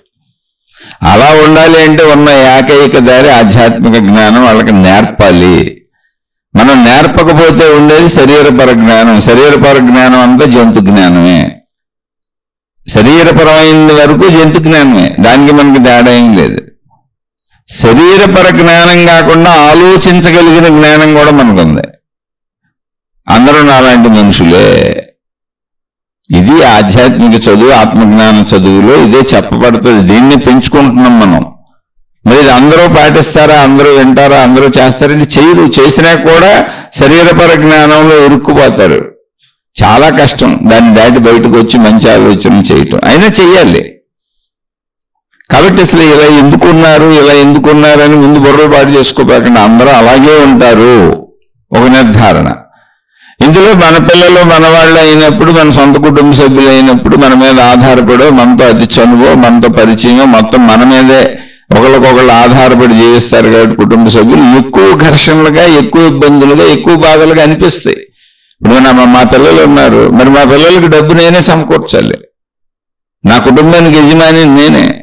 ఇప్పుడు నా భార్య పిల్లలు నా మీద ఆధారపడి ఉంటారు. ప్రతి చిన్న విషయం వాళ్ళకి పెన్నేసి నుంచి, గుండె సూది నుంచి, వాళ్ళు పెట్టుకునే బొట్టు బిళ్ళ నుంచి అన్ని నా దగ్గర నుంచి రావాలి. మరి అప్పుడు వాళ్ళకి బాధగా అనిపిస్తుంది. వాళ్ళు అన్నీ అడుగుతుంటే నాకు బాధగా అనిపిస్తుంది. రోజు నన్ను అడిగి ప్రాణం తీసేస్తాను, నేను ఎక్కడ సంపాదించుకున్నాను, నేను జల్సాలు వెళ్ళేది, సినిమాలు, షికారులు, వాళ్ళు కష్టపడి చేసుకోవచ్చు అనిపించవచ్చు, రకరకాలు అనిపించవచ్చు. కానీ వాస్తవంగా కుటుంబాల్లో ఇలాగే ఉంటాయి. మళ్ళీ ఆశించటం అనేది ఉంటుంది, వారసత్వాలు ఉంటాయి. ఇప్పుడు కూతురుకు పెళ్లి చేశాననుకోండి, అల్లుడు వస్తాడు, బోల్డ్ ఆశిస్తాడు. అలాగే కొడుకు పెళ్లి చేశాను, కోళ్ళు వస్తుంది, బోల్డ్ ఆశిస్తారు. ఎందుకు ఈ ఆశింపులు ఎందుకు వచ్చినాయి? వాళ్ళు బతకాలి కాబట్టి. అదేంటి వాళ్ళు ఆశించకూడదంటే కుదరదు. ఇక్కడ వాళ్ళు బతకాలి కాబట్టి ఆశిస్తూనే ఉంటారు, ఎప్పటికెళ్ళి ఆశిస్తూనే ఉంటారు. సమాజాలు ఇలాగే ఉంటాయి. ఇక్కడే మనకి అద్భుతమైనటువంటి మానవ జీవితాన్ని అనేక పురాణాలుగా, ఇతిహాసాలుగా, జ్ఞాన గ్రంథాలుగా మనకు అందించారు. ఇందులో జ్ఞాన గ్రంథాలు అనేవి డైరెక్ట్గా నీకు ఆత్మతత్వాన్ని, ఒక మంచిని, నీతిని డైరెక్ట్గా చెప్పేస్తాయి, ఎలా ఉండొచ్చు ఎలా ఉండకూడదని. కానీ ఇతిహాసములు అనేవి నీకు నిజముగా జరిగిందాన్ని చెబుతాయి. మానవ ప్రపంచంలో నిజంగా జరిగింది, ఎలా జరిగింది అని చెబుతాయి. ఆ ఇతిహాసాలలో రామాయణ మహాభారతాలు ఉంటాయి. ఇంకా ఇతర మతాలలో వాళ్ళ చరిత్రలు ఉండొచ్చు, నేను చదివిని చెబుతున్నాను మీకు. ఎక్కడైనా మతాలు ఇలాగే ఉంటాయి. కథ దేశకాల పరిస్థితులను బట్టి ఆ భాషలు వేరు, ఆ గ్రంథాలు వేరుగా ఉండొచ్చు. ఇప్పుడు ఇతిహాసం అంటే ఇది ఇలాగే జరిగింది, ఇది ఎలా జరిగింది అన్నప్పుడు, ఇప్పుడు శ్రీరాముడికి కథ తీసుకుంటే ఏంటండి, రాముడు ఆయనకు రాజ్యం ఇవ్వాలి, యువరాజు ఆయన పట్టాభిషిక్తుడిని చేయాలి. ఎన్నిసార్లు మాట్లాడుకుంటాం దీన్ని మనం, ఎన్నిసార్లు, ఎంతమందికి తెలియదు ఇది? మొత్తం యావత్ భారతదేశంలో బోల్డ్ మందికి తెలుసు, అసలు ప్రపంచంలోనే బోల్డ్ మందికి తెలుసు. అందరికీ తెలుసో లేదో కానీ చాలా ఎక్కువ మందికి తెలిసిన రామాయణ మహాభారతాలు అనాదిగా ప్రాచుర్యంలో ఉన్నాయి. ఆయన యువరాజు, రాజ్య అర్హత ఆయనకే ఉంది. కానీ ఏం చేస్తాం మరి, ఆయన తండ్రి గారికి 3 భార్యలు, అందులో బాగా ప్రేమించి పెళ్లి చేసుకున్న చిన్న భార్య కైకమ్మ, ఆయన వృద్ధుడు, ఏమి అవనంలో ఉంది. అవన్నీ కోరికలు సహజం, మనమైనా మన కోరికలు ఉంటాయి. ఆవిడ ఏమన్నా చక్కగా నాకు పుట్టిన పిల్లోడికి రాజ్యం ఇవ్వాలంది. అలానే అదేం తప్పు కాదు, ఆయన ఆవిడికి వరాలు ఇచ్చాడు, ఇస్తానని. ఆవిడంటే ఇష్టం ఆయనకి. ఇప్పుడు పెద్దవాడికి రాజ్యం రావాలి అనేది ధర్మమే. ఎప్పుడు ఆ ధర్మం? ఒకే భార్య ఉండి ఆ ఒకే భార్యకి 4 కొడుకులు, 2 కొడుకులు, 3 కొడుకులు ఉంటే ధర్మం ఓకే. కానీ నువ్వు 3 భార్యలను చేసుకొని, ఆ 3 భార్యల్లో మళ్ళీ ఒక చిన్న భార్యను తెచ్చుకొని, ఆమె యవ్వనంలో ఉందని ఆమె అంటే ఇష్టపడిపోయి నిరంతరం ఈ పెద్ద భార్యను వదిలేసి ఆమె దగ్గరే గడుపుతూ ఉండి, నువ్వు ఆమెకి వరాలు కూడా ఇచ్చి నువ్వేమడిగితే అవి తీరుస్తానని ఆ ఇష్టతతో ఉన్నప్పుడు, ఆవిడకు ఒక కొడుకు కలిగినప్పుడు, 3 భార్యలు ఉన్నప్పుడు, 3 భార్యలకి విడివిడిగా నాకు ఒక కొడుకు కలిగినప్పుడు, నా బిడ్డ ఉన్నప్పుడు నా బిడ్డ బాగుండాలని ఎవరైనా అనుకుంటారుగా. ఇప్పుడైనా చూడండి, చాలా మంది లోకంలో 2 పిల్లలు 3 పిల్లలను పెట్టుకుంటుంటారు అక్కడక్కడ. మరి పెట్టుకున్నప్పుడు తన పిల్లలకి జీవితం బాగుండాలని ఏ తల్లి కోరుకుంటుందిగా. ఇక్కడ కైకమ్మ తల్లి తప్పు కాదు, అది ఒక సహజత్వము. ఏంటి సహజత్వం అంటే, అసలు మనిషిలోనే నా వాళ్ళు బాగుండాలి, నేను బాగుండాలని ఉంటుంది. ఎదుటోళ్ళు బాగోకూడదని ఉండదు. కానీ అధికారం, అవకాశం నాకు వచ్చేది ఉన్నప్పుడు నేను నీకెంత ఎందుకు బతకాలి? నేను నీకెంత బతకాల్సిన అవసరం నాకేముంది? కాబట్టి అధికారం నాకే దక్కాలని అందరికీ ఉంటుంది. ఎంత ఎక్కువ పొందుదామనే అసలు మన నిత్య జీవితంలో ప్రతి జీవి ప్రయత్నించేదేంటి? ప్రశ్న అడిగిన మీరైనా, చెబుతాను నేనైనా. ప్రపంచంలో ఏమండి, నేను తక్కువ పొందుతాను, అతి తక్కువ పొందుతాను, నాకు తక్కువ వస్తే చాలండి, నేను పొద్దున్న సాయం దాకా పనిచేస్తాను, ఎంత తక్కువ వీలైతే అంత తక్కువ ఇవ్వండి అని ఎవడన్నా అడుగుతాడా? అందరూ ఎక్కువగా ప్రయత్నిస్తూ ఉంటారు. మీరు చూడండి, ప్రపంచంలో బ్రతికే ప్రతి వ్యక్తి ఎక్కువకు ప్రయత్నిస్తూ ఉంటాడు. ఆ ఎక్కువ అనే దానికి అన్లిమిటెడ్, లిమిటే లేదు దానికి. అది మానవ మనస్తత్వంలోనే ఉంది కదా ఎక్కువకు ప్రయత్నించడం. అది డబ్బైనా ఎక్కువ, అది సుఖమైనా ఎక్కువ, అది అధికారమైనా ఎక్కువ, అది హోదా అయినా ఎక్కువ, ఏదైనా అది నాకు ఎక్కువ కావాలి. అప్పుడు తండ్రి అయితే ఏంటి, తల్లి అయితే ఏంటి, కొడుకు అయితే ఏంటి, కూతురు అయితే ఏంటి, అత్త అయితే ఏంటి, మామ అయితే ఏంటి, అల్లుడు అయితే ఏంటి, ఏ బంధం అయితే ఏంటి, కోళ్ళు అయితే ఏంటి, ఎవరైతే ఏంటి, ఎవరికి వాళ్ళకి ఎక్కువ కావాలనిపిస్తూ ఉంటుంది. అది మనం కొంచెం పెద్ద పోస్టులో, ఇచ్చే పోస్టులో ఉన్నాం అనుకోండి, మనకు వాళ్ళందరూ ఇలా పరాన్న జీవుల్లా కనపడుతూ ఉంటారు. అలా అన్ని కుటుంబాల్లోనూ ఉన్నారు, మా కుటుంబాల్లోనే ఉన్నారు. కానీ నాకు వాళ్ళు ఎవరో పరాన్న జీవులని నేను అనుకోను. మీరు చెప్పిన దానికంటే నీచాతి నీచమైన స్థితుల్లో ఉన్న 2 మంది ఉన్నారు మా కుటుంబాల్లో. అందరు కుటుంబాల్లోనే ఉంటారు. నా చుట్టూ నా స్నేహితుల్లో బోల్డ్ మంది ఉన్నారు, నాకు తెలిసిన వాళ్ళు బోల్డ్ మంది ఉన్నారు. నిరంతరం అప్పులు చేసి వాళ్ళని మోసం చేసి వీళ్ళని మోసం చేసి అక్కడ తెచ్చుకొని ఇక్కడ తెచ్చుకొని నిరంతరం మోసాలే, అలాగే బతుకుతూ ఉంటారు. మళ్ళీ మోసాలు చేసి చేసి చేసి ఈ ఊరు వదిలిపెట్టి ఇంకో చోటుకి వెళ్ళిపోతారు, ఈ రాష్ట్రం వదిలిపెట్టి ఇంకో రాష్ట్రంకి వెళ్ళిపోతారు, అక్కడ మళ్ళీ అప్పులు చేస్తారు, అక్కడి నుంచి ఇంకో చోటుకి వెళ్ళిపోతారు. మొత్తంగా ఇలాగే బతుకుతున్నారు. 25-30 ఏళ్ళ నుంచి అలా బతుకుతున్న వాళ్ళు తెలుసు. నీచాతి నీచమైన పనులన్నీ చేస్తున్న వాళ్ళు అందరూ తెలుసు. దీనికి కారణం ఏంటంటే ఇక్కడ మనిషి కాదు, శరీరపరమైన భావనలో మనిషిలో జంతు ప్రవృత్తి మాత్రమే పనిచేస్తుంది. జంతువులు ఎలా ఉన్నాయో మనిషి అలాగే పనిచేస్తాడు. శరీరం కంటే భిన్నంగా మనిషిలో ఉన్న జ్ఞానాన్ని వినియోగించగలిగినప్పుడు అదే బుద్ధి, విచక్షణ జ్ఞానము. దాన్ని ఉపయోగించగలిగినప్పుడు అందరూ నాలాంటి వాళ్లే అనేటువంటి ఒక భావన కలిగినప్పుడు మాత్రమే నేను ఎలా పనిచేస్తున్నాను, ఎదుటి వాళ్ళని బాధ పెడుతున్నానా లేదా, ఎదుటి వాళ్ళకి మేలుగా ఉన్నానా లేదా, ఎదుటి వాళ్ళు కూడా బతకాలి కదా అనేటువంటి ఒక భావన పుడుతుంది. ఆ భావన పుట్టాలి అంటే అసలు పుట్టించిన వాళ్ళు ఎవరో చిన్నప్పటి నుంచి తల్లిదండ్రులు నేర్పారా? తల్లిదండ్రులు నేర్పారా అంటే అసలు తల్లిదండ్రులు అలా ఉంటున్నారా? వాళ్ళు ముందు అలా ఉండాలిగా. వాళ్ళు కూడా మామూలుగా లాభం లాభం లాభం లాభం, అందరికీ లాభకాంక్ష అండి. అది ప్రేమైనా, అది అభిమానమైన, అది డబ్బు అయినా, అది వస్తువైనా, అది విషయమైన ఏదైనా నేను ఎక్కువ పొందాలి, ఎదుటి లాభం కావాలి. భార్య దగ్గర నుంచైనా, భర్త దగ్గర నుంచి, ఎవరి దగ్గర నుంచైనా నాకు ఎక్కువ కావాలి. అది చూసి పిల్లలు పెరిగారు. శరీర భావాలనే పెంచుతున్నాను తప్ప మన పిల్లలకు కానీ, మన చుట్టూ సమాజంలో ఉన్న మనుషులకు కానీ, మన జీవన విధానంలో అందరికీ శరీర భావాలు పెంచుతున్నాం, ఆ జంతు భావాలు. జ్ఞాన భావాలు పెంచట్లేదు. జ్ఞాన భావాలు పెంచాలంటే మనం అలా జీవించాలి ముందు. ఇప్పుడు పుట్టుక నుంచి నేర్పాలి అది పిల్లలకి. ఎందుకని ఆ అవకాశం ఉంది అక్కడ, ఆధ్యాత్మికత ఉంది అక్కడ, ఆధ్యాత్మిక చదువు ఉంది అక్కడ. ఇతిహాసం ఇలాగే చెప్పబడింది అని ఎందుకు చెప్పారు? రామాయణ మహాభారతాలు ఎంతమంది పిల్లలకి వినిపిస్తున్నారు? లేదా మీ మత గ్రంథాలలో ధర్మ ప్రబోధాలు జరిగినటువంటి మీ పిల్లలకి ఎవరు చెబుతున్నారు? అసలు ఆధ్యాత్మికత అనేది పిల్లలకి చెబితే భయపడుతున్నారు. ఇప్పుడు వీళ్ళు ఏమన్నా బాబు సాధువులు అయిపోతారు, సన్యాసులు అయిపోతారు, ఇల్లు వదిలిపెట్టి వెళ్ళిపోతారు, ఎటు వెళ్ళిపోతారు, దానికంటే డబ్బు పిచ్చెక్కిచ్చేసి ఈ పిచ్చల్లో జీవించడం మంచిది, ఇక్కడ మాతో కలిసి ఉంటారు, సమాజంలో ఉంటారు అని చెప్పి ఈ పిచ్చిలు ఎక్కిస్తున్నారు అందరూ. ఆధ్యాత్మికత తెలిసిన వాడు ఎవ్వడో, నిజమైన ఆధ్యాత్మికత తెలిసిన వాడు, నిజమైన జ్ఞానం తెలిసిన వాడు ఎవ్వడో ఎవరిని వదిలిపెట్టి వెళ్ళడు, అసలు ఇల్లు వదిలిపెట్టి వెళ్ళనే వెళ్ళడు. కుటుంబ బాధ్యతలు ఇంకా బాగా చేస్తాడు, చక్కగా చేస్తాడు రామచంద్రుళ్ళ. బాధలు లేని మనిషి జీవితం ఉండదు అసలు. ఇప్పుడు శ్రీరాముడికి ఏమైంది? కైకమ్మ తల్లి అడిగింది, అడిగినాక అక్కడేం పెద్ద పెద్ద యుద్ధాలేం జరగలా, ఎవరేమో అనుకోలా. అడిగిందన్న విషయం రాముల వారికి తెలిసింది. సరే, ఆయనేమో మాట ఇచ్చున్నాడు దశరథుడు, అది మాట ఇచ్చాను కాబట్టి ఎదురు చెప్పలేకపోతున్నాడు. వరాలు ఇచ్చాను నేనని, ఆ వరాలు ఇప్పుడు అడిగింది ఆమె. రాజ్యం నాకు కొడుక్కి ఇవ్వాలి, రామచంద్రుడు వనవాసానికి వెళ్ళాలని 2 వరాలు అడిగింది. ఆయన నిజంగా ఇచ్చాను వరాలు నీకు ఎప్పుడంటే కోరుకోవన్న అన్నాడు కాబట్టి ఆయన నోరెత్తకుండా ఉన్నాడు ఆయన.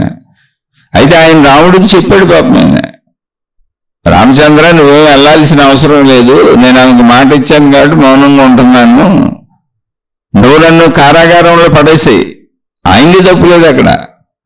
నేను ఆల్రెడీ వృద్ధుడైన రాజుని, నీ ధర్మపరంగా యువరాజుగా నీకు ఇవ్వాలి, కానీ ఇవ్వలేని స్థితిలో నేనుండి తప్పు చేస్తున్నప్పుడు నువ్వు చేయొచ్చు, అది ధర్మమే, నువ్వు నన్ను కారాగారంలో పడే, రాజ్యం నువ్వు తీసేసుకో, అప్పుడు నేను మాట తప్పినట్టు అవ్వదు, నువ్వు రాజ్యం నీకు వచ్చినట్టు అవుద్దాం. కానీ తండ్రిని కారాగారంలో పడేసిన పేరు ఈయనకి మిగిలిపోద్దిగా, ఆ పేరు ఈయన ఎందుకు తెచ్చుకుంటారు? మంచోళ్ళు ఎవరు చేయరుగా, మంచోళ్ళు అందరూ మంచిగా ఉందామని ప్రయత్నిస్తారు. అది ఒక సహజత్వం కదా ఆధ్యాత్మికత అంటే. అది ఆ సహజత్వంలో రామచంద్రుడి గోలంతెందుకు, గొడవ అంతెందుకు, నా తమ్ముడు రాజ్యం చేస్తే ఏంటి, మా అమ్మలు అందరూ ఒకటే కదా, మా అమ్మ అయితే ఏంటి, ఈ అమ్మ అయితే ఏంటి అని తన భార్యను తీసుకొని వనవాసానికి వెళ్ళిపోయాడు. అదొక ధర్మ ప్రవృత్తి. ధర్మ ప్రవృత్తి అంటే ఎవరికి అన్యాయం చేయాలి? ఇప్పుడు మళ్ళీ అది కాదు ఇంట్లోనే కూర్చున్నాడు అనుకోండి, యుద్ధాలు వస్తూనే ఉంటాయి. ఇప్పుడు ఆయన అదేంటి నేను యువరాజుని అడగొచ్చు. ఇప్పుడు మనం మాట్లాడుకునేది అదే, పీక్కు తింటున్నారు, పరాన్న జీవులు, ఘర్షణలు, గొడవలు, గోళ్ళు అంటే రామచంద్రుడిలో ఉండబోదు, గొడవ మొదలైపోద్ది. నేను యువరాజుని నా హక్కుని మొదలు పెట్టాడు అనుకోండి ఆయన, అప్పుడు ఆటోమేటిక్ దీన్ని కొంచెం రివర్స్లో చూద్దాం. దశరథుడు నేను మాట ఇచ్చాను కాబట్టి భరతుడిగా రాజ్యం అవ్వాలి, కైకమ్మకు నేను వరాలు ఇచ్చాను, మీరు అందరు నోరు మూసుకుంటండి అన్నారు అనుకోండి. ఇప్పుడు వీళ్ళు ఎదురు తిరుగుతుంటే దశరథుడు ఏమంటాడు, రాజ్యం నాది, అసలు రాజుని నేను ఆమెకు వరం ఇచ్చాను, నా ఇష్టం వచ్చిన వాళ్ళకి ఇస్తాను రాజ్యాన్ని, ఇప్పుడు వీళ్ళని పీక్కు తింటున్నారని ఆయన అనొచ్చు మనం అన్నట్టు. అంటారని కాదు, విషయం చెబుతున్నా. ఏ కోణం నుంచి అయినా దాన్ని చూడొచ్చు. ఎప్పుడైనా గుర్తుపెట్టుకోండి, మనిషి శరీరపరంగా జీవిస్తున్నప్పుడు పీక్కు తినే జంతు మనస్తత్వమే ఉంటుంది. అలానే అందరూ పీక్కు తింటున్నారని అనుకోకూడదు. మన బాధ్యతలు ఉన్న చోట మన కొడుకులో, మన కూతుళ్ళో, మన అల్లుళ్ళో, మన కోడల్లో ఎవరైనా సరే మన నుంచి ఆశిస్తానే ఉంటారు. మన అన్నదమ్ములో, మన అక్క చెల్లెళ్ళు, ఆ బంధుత్వాలు, బాంధవ్యాలు ఉన్న చోట మనం ఆశించడం అనేది జరుగుతూ ఉంటుంది. నువ్వు ఎవరిని ఎంత చేసినా ఎవరిని సంతృప్తి పరచలేవు. ఎందుకని? సంతృప్తి అనేదానికి హద్దు లేదు, పరిమితి లేదు. కాబట్టి ఆశించే తత్వం మనుషుల్లో ఉంటుందని అర్థం చేసుకొని మనం ఏం చేయగలమో చేసేది వెళ్ళిపోవటం, ఏం చేయలేకపోతే నమస్కారం పెట్టి వెళ్ళిపోతాం. అంతే తప్ప దీన్ని నెగిటివిటీగా తీసుకోవాల్సిన అవసరమే లేదు, దుఃఖంగా తీసుకోవాల్సిన అవసరమే లేదు. ఇది ఎలా ఉంటుంది అంతే. ఇప్పుడు ఎండ బాగా వేస్తుందండి, వేసవకాలం విపరీతమైన ఎండ ఉంది, మనం బజార్ వెళ్ళాల్సిన పని వచ్చింది, ఏం చేస్తాం? ఇది ఎలా ఉంటుంది అంతే. ఇప్పుడు ఎండను కొడతామా? సూర్యుడిని కొడతామా? కొట్టగలమా? తిట్టగలమా? మన వల్ల అవుద్దా? ఏమీ లేదు. ఇది ఎలా ఉంటుంది అందుకని ప్రత్యామ్నాయాలు చేసుకొని వెళ్ళిపోతున్నాం తప్ప సూర్యుడిని కానీ ఎండను కానీ మనం తిట్టలేము, కొట్టలేము, ఏమి చేయలేము. అసలు చేయట్లేదు, ఆ ప్రయత్నమే చేయం. ప్రత్యామ్నాయ ప్రయత్నాలు చేసుకుంటాం. మనిషి అయినా అంతే, మనుషులదైనా అంతే. మానవ స్వభావంలో ఆధ్యాత్మిక జ్ఞానం లేనప్పుడు తనను తాను చూసుకోవటం అనేది, తనను తాను తెలుసుకోవటం అనేది, తనను తాను గమనించుకోవటం అనేటువంటి ఆ బుద్ధిపరమైన విచక్షణ జ్ఞానాన్ని ఉపయోగించినప్పుడు, ఆధ్యాత్మిక చదువు నేర్చుకోనప్పుడు, ఎవరు చెప్పనప్పుడు, తెలుసుకోనప్పుడు మనిషి ప్రవృత్తి శరీరపరంగా జంతు ప్రవృత్తిలాగా ఉండుట అనేది సహజ లక్షణము. ఎవరికైనా అలాగే ఉంటుంది. అప్పుడు ఇది ఇలాగే ఉంటుందని ప్రత్యామ్నాయం చూసుకోవటం, దుఃఖపడాల్సింది లేదు. మన కొడుకైనా వచ్చు, మన కూతురైనా వచ్చు, మనం ఏం చేస్తాం? మనం ఏం చేయలేము. ఇప్పుడు శ్రీరామచంద్రుడు ఏం చేశాడు? మెదలకుండా వెళ్ళిపోయాడు. మరి వెళ్ళిపోతున్న శ్రీరామచంద్రుడిని వదిలేశారు అందరూ చెడ్డోళ్ళైనా? ఏం కాదు, లక్ష్మణుడు ఆయన వెనకే వెళ్ళిపోయాడు. లక్ష్మణుడు అన్న నువ్వు ఎక్కడుంటే అక్కడ నేను వచ్చేస్తాను. ఆయన భార్య కూడా ఉంది, వదిలేశాడు. ఆయన తల్లి ఉంది, వదిలేశాడు. ఆయన రాజ్యమే అది, ఆయన కూడా రాజ్యమే కాదు. సుఖభోగాలు వదిలేశాడు, అన్న వదిలితో పాటు వెళ్ళిపోయాడు.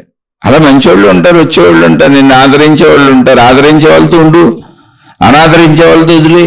నెగిటివిటీని ఎందుకు పెంచుకోవటం? ఇప్పుడు రామచంద్రుడు ఎవరి మీద నెగిటివిటీ పెంచుకోలేదు చూడండి, వచ్చిన వాళ్ళని నమ్మన్నాడు. అలాగే మొత్తం రామాయణంలో మళ్ళీ అలాగే హనుమంతుడు ఆయన్ని అనుసరించాడు. అనుసరించిన వాళ్ళని నమ్మన్నాడు, అనుసరించలేదు, వెళ్ళిపోమన్నాడు. వెళ్ళిపోయిన వాళ్ళు వెళ్ళిపోండి, తిట్టేవాళ్ళు తిట్టండి, యుద్ధాలు చేసేవాళ్ళు చేయండి. రావణాసురుడు యుద్ధం చేశాడు. విభీషణుడు శరణ వేడాడు, ఓకే. శరణ వేడితే మైత్రి స్నేహం అన్నాడు, ఓకే.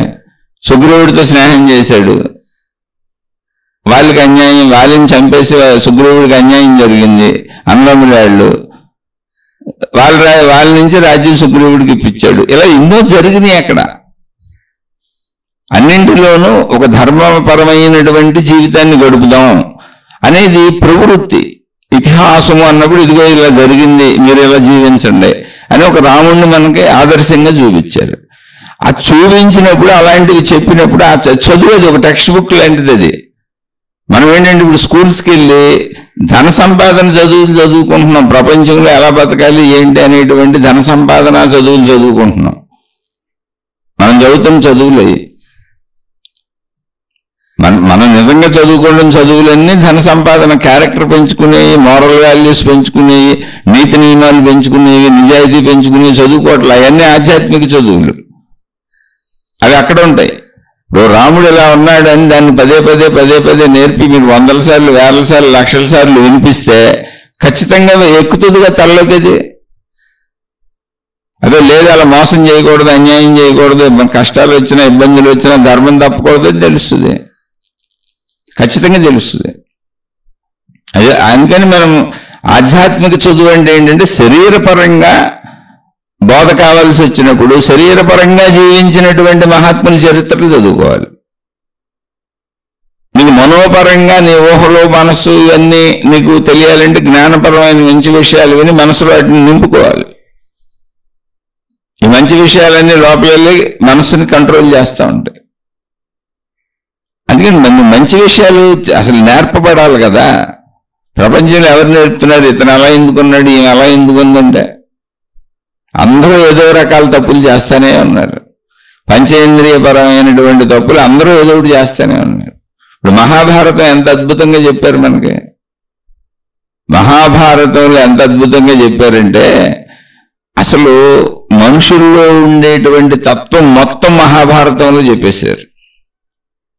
మహాభారతాన్ని మొదలు పెడుతూనే మహాభారతాన్ని మొదలు పెట్టేటప్పుడు వేదవ్యాస మహర్షి అనే ఆయన రచించేటప్పుడే ఆయన స్టార్టింగ్ ఏం రచించారు దాన్ని అంటే మహాభారతాన్ని రచిస్తూ 2 చెట్లు ఉన్నాయి, ఒకటి మంచి చెట్టు ఒకటి చెడు చెట్టు.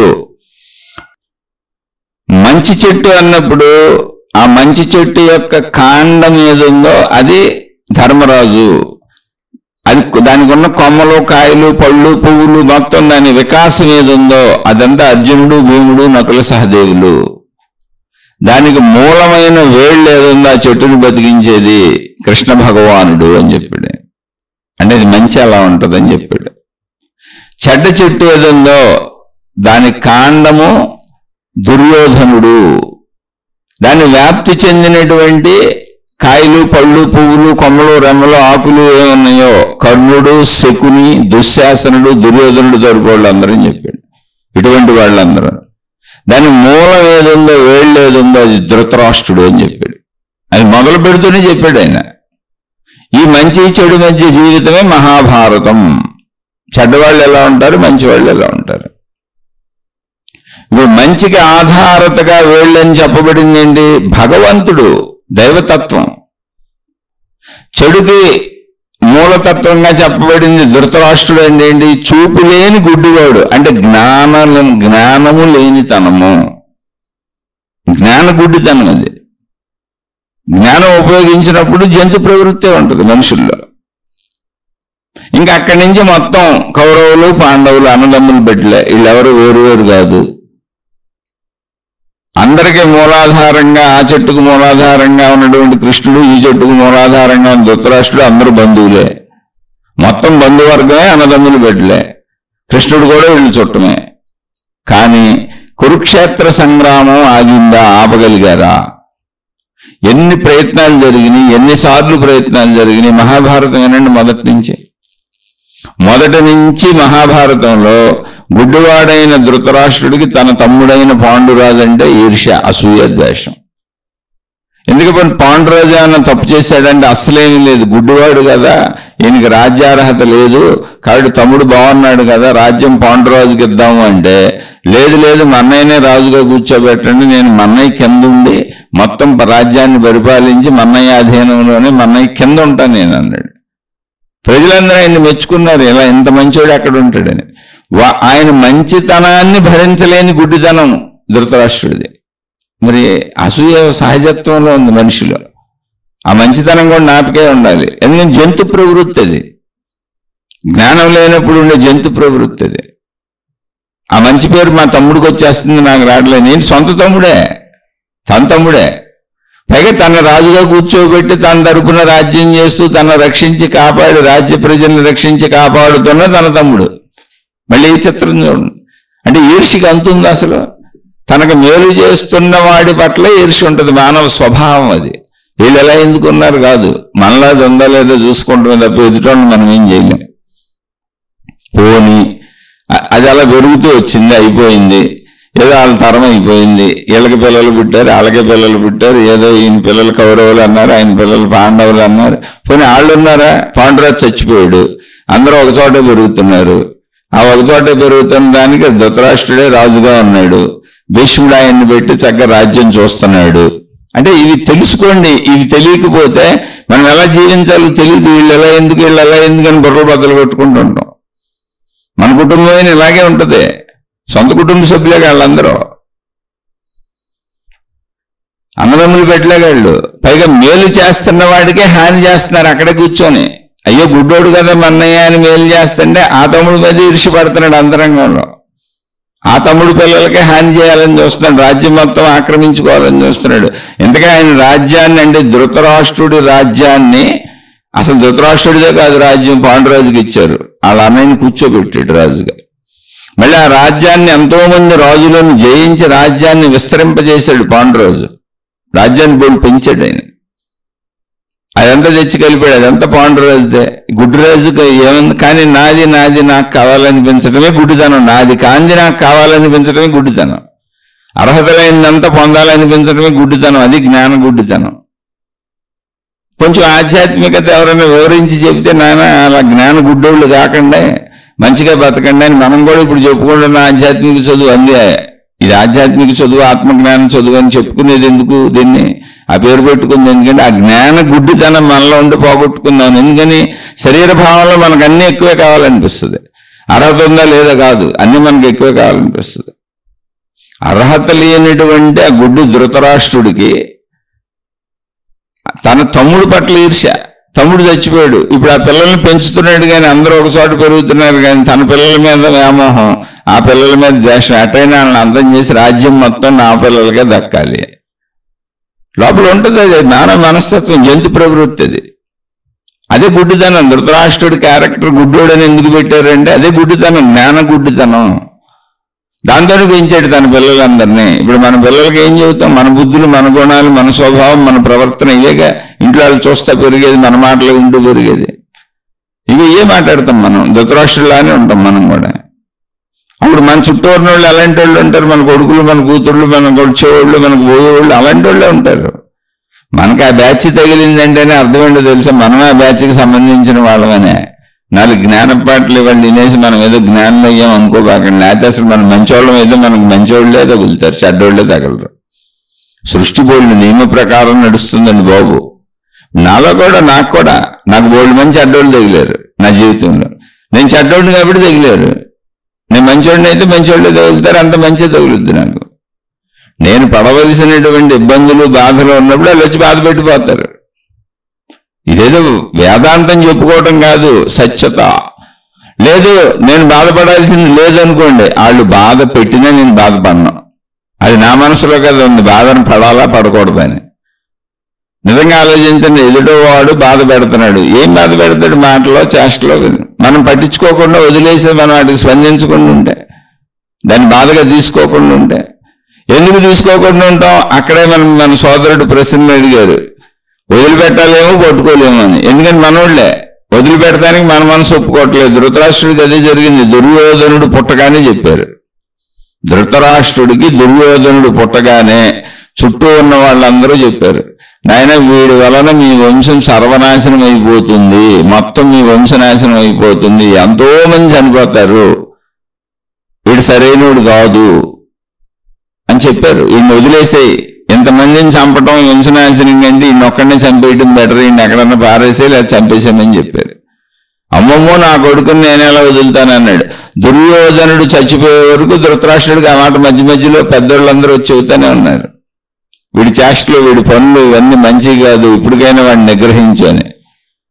లేదు నా పుత్రవాత్సల్యం, ఎందుకని అసలు నేను చెడ్డోడిని కదా బేసిక్గా. ఇప్పుడు ఆ దుర్యోధనుడికి ఆ బుద్ధులు ఎక్కడి నుంచి వచ్చినాయి? తండ్రిగా నా నుంచే వచ్చినాయి. నా గుణాలే, నా బుద్ధులే, నేను బయట పెట్టలేదు అంతే. వాటిని ఆడు బయట పెడుతున్నాడు. దానికి నేను సహకరిస్తా ఉంటాను. నా గుణం అదే కాబట్టి, నా గుణం అదేగా, అందుకని నేను సహకరిస్తూ ఉంటా. ఇలా బయట జరిగే మన జీవితాల్లో కూడా వదిలిపెట్టలేము అనేది ఎప్పుడుందో అది మన వ్యామోహం. మనం వదిలిపెట్టలేని తనాన్ని చూసే వాళ్ళు మనతో అలా ఉంటారు. వాళ్ళు పరాన్నజీవులు కాదు, మనం వదిలిపెట్టలేకపోతున్నామని వాళ్ళకి తెలుసు. వదిలిపెట్టలేము మనం, అందుకని వదిలిపెట్టి దింపామనుకో ఏడుస్తారు, ఎత్తుకున్నామనుకో పెత్తనం చేస్తారు. ఎందుకని వదిలిపెట్టమని మనకు తెలుసు. వదిలిపెట్టగలిగినప్పుడు ఎవరో పెత్తనం చెలాయించలేడు. వదిలిపెట్టగలగాలి చెడ్డవాడిని. వదిలిపెట్టలేకపోతే ఏమైంది? ధృతరాష్ట్రుడిగా అయినట్టే మనకే అవుద్ది. అదే ఇతిహాసము, ఇది ఎలాగే జరుగుతుంది. అప్పుడు లేదు ఇదేదో అదంటే రాజవంశాలు, రాజులు కాబట్టి మన కుటుంబాలు పోని కొడుకో, కోతరో, కోళ్ళో, అల్లుడో, ఇంట్లో వాళ్ళు ఇలా ఉన్నారు, మనం ఏం చేస్తాం? వాళ్ళ బుద్ధులు అలాంటి అంటే వదిలే. ఆ రోజు నన్ను కెలుకుతున్నారండి, వదిలేసి ఉంటాం అలాగే. అరే అలాంటి వాళ్ళే అన్నప్పుడు వాళ్ళు కెలుకుతారని తెలుసుగా. ఎండ వస్తే ఏం చేసావు? విపరీతమైన ఎండ వచ్చింది, మండిపోతున్నాయి ఎండలో, ఏం చేసావు? విపరీతమైన వర్షాలు కురుస్తున్నాయి, వేభత్సంగా నేలంతా తడిసిపోయింది. అసలు ఏం చేసావు? వర్షాలు వరదలైపోతున్నాయి, ఏం చేస్తావు? పిడుగులు పడుతున్నాయి, ఏం చేస్తావు? భౌగోళిక పరిస్థితులను ఏం చేయలేవుగా. విపరీతమైన చలికాలం వచ్చింది, ఏం చేస్తావు? కాలాన్ని ఏం చేయలేనట్టు మనుషులను కూడా ఏం చేయలేవు, నువ్వు వాళ్ళ గుణాలను నువ్వేం మార్చలేవు. కాబట్టి మనలాంటి మనుషులని తెలుస్తుంది కాబట్టి మనకు అనిపిస్తుంది మనం ఏదో 4 మాటలు విని 4 తెలుసుకున్నాం. ఆ 4 మాటలు వాళ్ళకి తెలియలేదు కాబట్టి వాళ్ళు అలాగే ఉండరు, లేదా వాళ్ళ అవసరాలు వాళ్ళని అలా ఉంచి ఉండవచ్చు. ఇప్పుడు యవ్వన దశలో ఉన్నటువంటి భర్తలు చాలా మంది ముసలి తల్లిదండ్రులను అనాథాశ్రమాల్లో వదిలేశారు. ఆ వదిలేసిన వాళ్ళు కూడా నాకు తెలుసు. అలా వదిలేసిన వాళ్ళు కూడా తెలుసు నాకు. అలా ఎందుకు వదిలేశారు ఆ తల్లిదండ్రుల్ని అంటే, వాళ్ళు వృద్ధాప్యంలో ఉన్నారు, వీళ్ళు యవ్వనంలో ఉన్నారు, వీళ్ళకి పిల్లలు ఉన్నారు. ఇప్పుడు వీళ్ళ జీవితము వీళ్ళ పిల్లల జీవితం ఇవన్నీ చూసుకొని వాళ్ళకి చేయాలంటే వాళ్ళు అడ్డం వచ్చినట్టుగా ఉంది, ఇబ్బందిగా ఉంది. అక్కడ జ్ఞానం తెలీదు, శరీరపరమైందే చూసుకుంటున్నారు, ముఖ్య అవసరాలు ఏంటో చూసుకుంటున్నారు. అందుకని వాళ్ళని తీసుకెళ్లి అనాథాశ్రమాల్లో వృద్ధాశ్రమాల్లో పడేస్తున్నారు. జ్ఞానం తెలిసిన వాళ్ళు ఇళ్ళలో పెట్టుకొని చూస్తున్నారు. అందరూ పడేశారంటే ఎట్ట కుదురుద్ది? అందులో తెలిసిన వాళ్ళు కూడా ఉన్నారు. అయ్యో మా అమ్మ నాన్న పెంచారు కదా, వృద్ధులు వాళ్ళని అక్కడ పడేస్తే అట్టకు మనం చూద్దామని చూస్తున్న వాళ్ళు కూడా ఉన్నారు. అయితే అసలు చూడటానికి వెసులుబాటు ఉండాలి, చూడటానికి కుదరాలి, చూడటానికి సౌకర్యాలు ఉండాలి. పూర్తిగా ఒకవైపు నుంచి ఆలోచించడం కాదు, ఇది జ్ఞానపు ఆలోచన. ఇది ఒక అజ్ఞానంలో ఉన్న మనిషి ఎంత దూరం వెళ్తా ఉంటాడు అంటే, ధృతరాష్ట్రుడు దుర్యోధనుడికి ఎప్పుడూ సపోర్ట్గానే ఉన్నాడు చివరి వరకు. కానీ నిజంగా రాజు ఎవరు అంటే ధృతరాష్ట్రుడు. రాజు దుర్యోధనుడు అసలు కాదు. కానీ దుర్యోధనుడు ఏం చెప్పినా దాన్ని నేను అంగీకరిస్తాను, నేను దుర్యోధనుడికి ఎదురు చెప్పలేను, నాకు దుర్యోధనుడు అంటే ప్రేమ, నా కొడుకు అంటే ప్రేమ అంటాడు. నా కొడుకు ఏం చెబితే అంతే, నా మాట కూడా అదే అంటాడు. ఆఖరికి భగవంతుడైనటువంటి శ్రీకృష్ణుడు కూడా వెళ్ళి చెప్పి చూశాడు, యుద్ధం జరగకుండా చేద్దామని ట్రై చేశాడు. దుర్యోధనుడికి చెప్పాడు, ధృతరాష్ట్రుడికి చెప్పాడు, ఇద్దరికి చెప్పాడు. అయ్యా యుద్ధం ఆపుదాం అన్నాడు. పెద్దోళ్ళు బోళ్ళు మంది చెప్పారు, లక్షల మంది చచ్చిపోతారు, ఇదంతా ఎందుకు అన్నాడు. కృష్ణ భగవానుడికి ముందు ఎంతోమంది చెప్పారు. మళ్ళీ అందరూ చుట్టూ ఉన్న వాళ్ళందరూ చెప్పినోళ్లే, మంచోళ్ళు అందరూ చెప్పినోళ్లే. ఆఖరికి భగవంతుడైన కృష్ణుడు కూడా చెప్పాడు. కానీ ఆ చెడ్డ మనసు మారదే. ఏం చేయాలి? ఇప్పుడు యుద్ధమే జరిగింది, చచ్చిపోయారు అంతే. మళ్ళీ యుద్ధం చేయించినోడు కూడా కృష్ణుడే.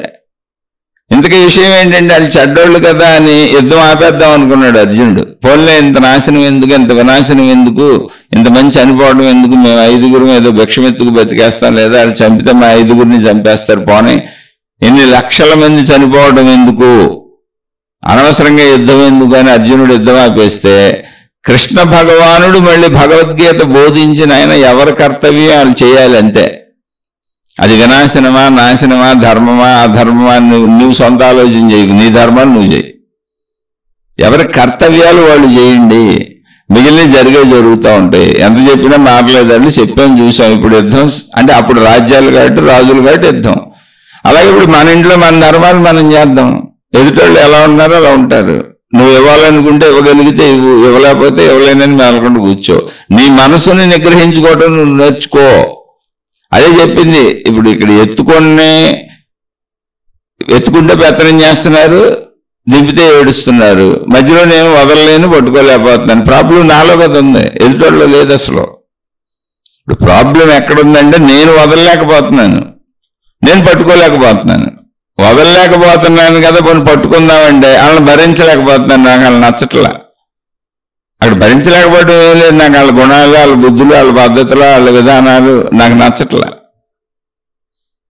నిరంతరం వాళ్ళ నుంచి ఏదైనా ఆశిస్తూ ఉండొచ్చు, అది నాకు నచ్చట్లా. అందుకని నేను పట్టుకొని ఉండలేకపోతున్నాను. పోనీ వదిలేద్దామా అంటే వాళ్ళతో బాంధవ్యం ఉంది, వదలలేకపోతున్నాను. ఇదేంటి? అయితే వదలాలి, లేకపోతే పట్టుకోవాలి. మనుషులందరూ ఈ సమస్యలతోనే కొట్టుకుంటున్నారు, వదలలేక పట్టుకోలేక. ఘర్షణ పడతారు, మళ్ళీ కలుస్తారు, తిట్టుకుంటారు, మళ్ళీ కలుస్తారు.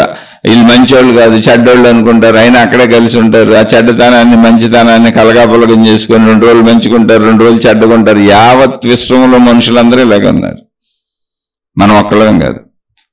ఇది ఒక సహజత్వం మానవ జాతికి. ఎందుకంటే వదిలేద్దామంటే సొంత వాళ్ళని ఎక్కడ వదిలేస్తాం? పోనీ పట్టుకుందామంటే అది మొత్తం అన్ని వాళ్ళకి మనకి సరిపడవుగా. పూర్తిగా సరిపడదు. అందరి జీవితాలు ఇంతే.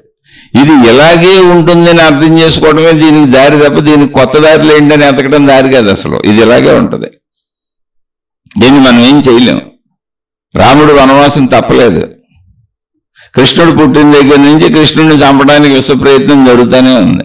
కృష్ణుడు పుట్టింది అసలు చెరసాలలో.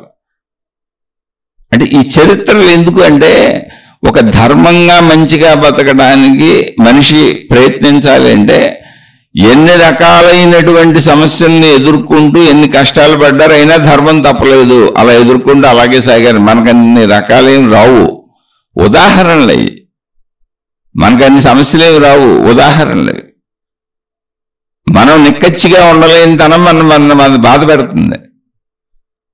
మనం కరెక్ట్గా ఉండలేని తనం మన బాధ పెడుతుంది. మన మనసు, ఎదుటోడు కాదు.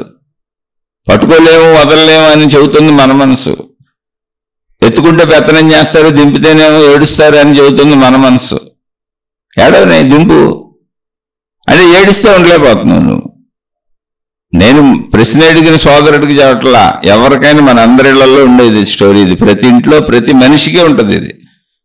ఎందుకంటే సంబంధ బాంధవ్యాలు ఉన్న ప్రతి చోట ఉంటుంది.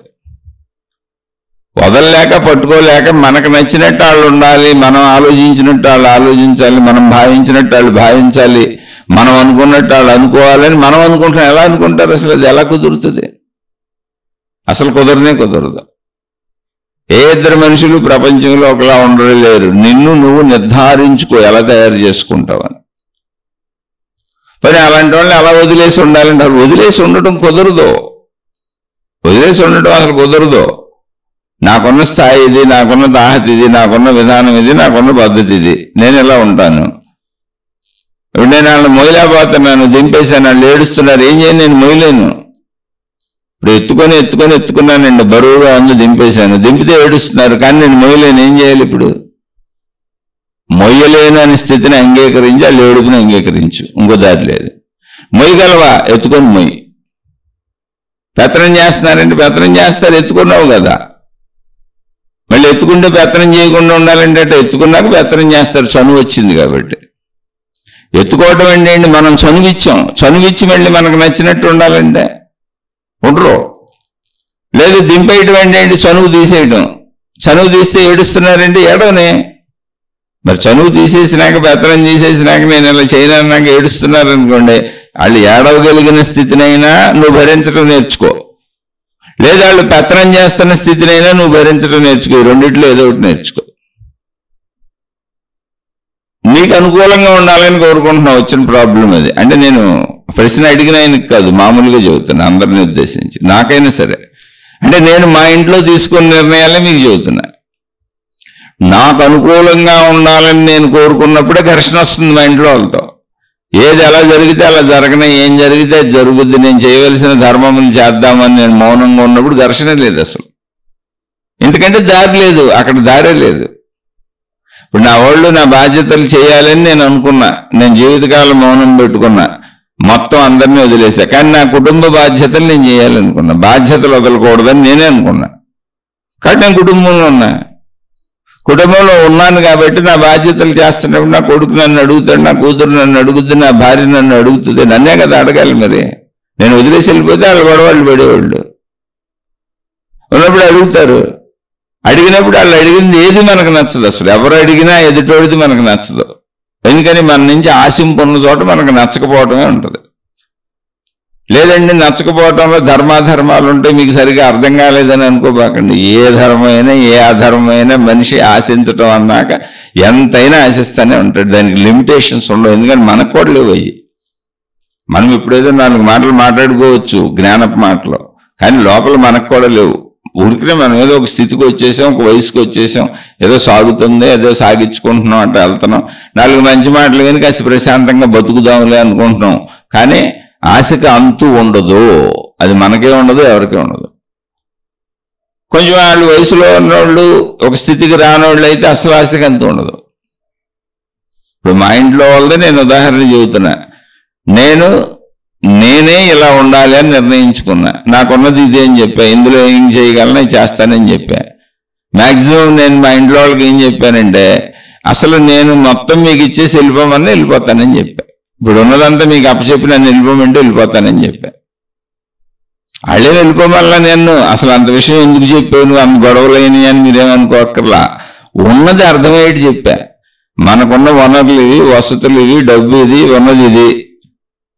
నేను బాధ్యతగా ఉండి కుటుంబ ధర్మాలు చేయాలనుకుంటున్నా, జీవితకాలం మౌనం పెట్టుకున్నా, వృత్తి వ్యాపార ఉద్యోగాలు ఆపేసినాక ఉన్నాయి. మీరు సెటిల్ అవ్వడం వరకు నేను జాగ్రత్తగా చూస్తాను, చేయగలను, చేస్తాను, ఇబ్బంది లేకుండా నడుపుతాను అని పిల్లలకి చెప్పా, నా భార్యకి చెప్పా. నేను ఉన్నంత వరకు మీకు ఇబ్బంది ఉండదు, ఏదో తిప్పలు పడి చేస్తాను, కానీ మీరు కూడా జాగ్రత్తగా ఉండాలి, సర్దుకోవాలి. కాదు ఇవన్నీ కాదు ఇష్టం వచ్చినట్టు ఉంటామని అనుకుంటారా, అసలు మొత్తం మీకు అప్పచెప్పి వెళ్ళిపోమంటే వెళ్ళిపోతా, నా గొడవ నేను పడతా, ఉన్నాయన్నీ మీకే ఇచ్చి వెళ్ళిపోతానని చెప్పా. అంటే వాళ్ళు ఎవరు వద్దు, అసలు నువ్వేం చేస్తావో చెయ్యి, మేము వీలున్నంత వరకు జాగ్రత్తగా ఉంటామన్నారు. అలా అని మాటలు తేడా వస్తాయి.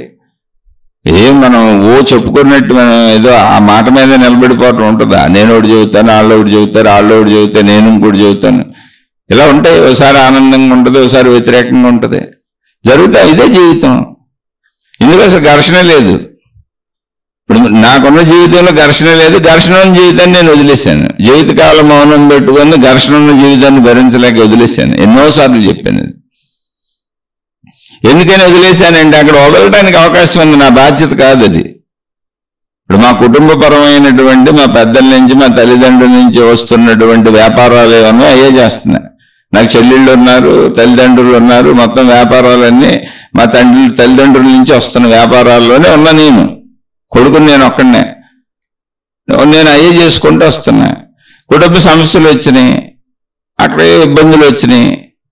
నేను మళ్ళీ చెబుతున్నా, ఎవరి మీద నేరారోపణ చేయట్లేదు. ఎందుకని అసలు నేరారోపణ ఎందుకు చేయటం? ఎవడ బతుకాడు బతకొచ్చుగా. నువ్వు హీరో అయితే నీ బతుకు నువ్వు బతుకు. నేరారోపణ ఎవరి మీద చేస్తావు?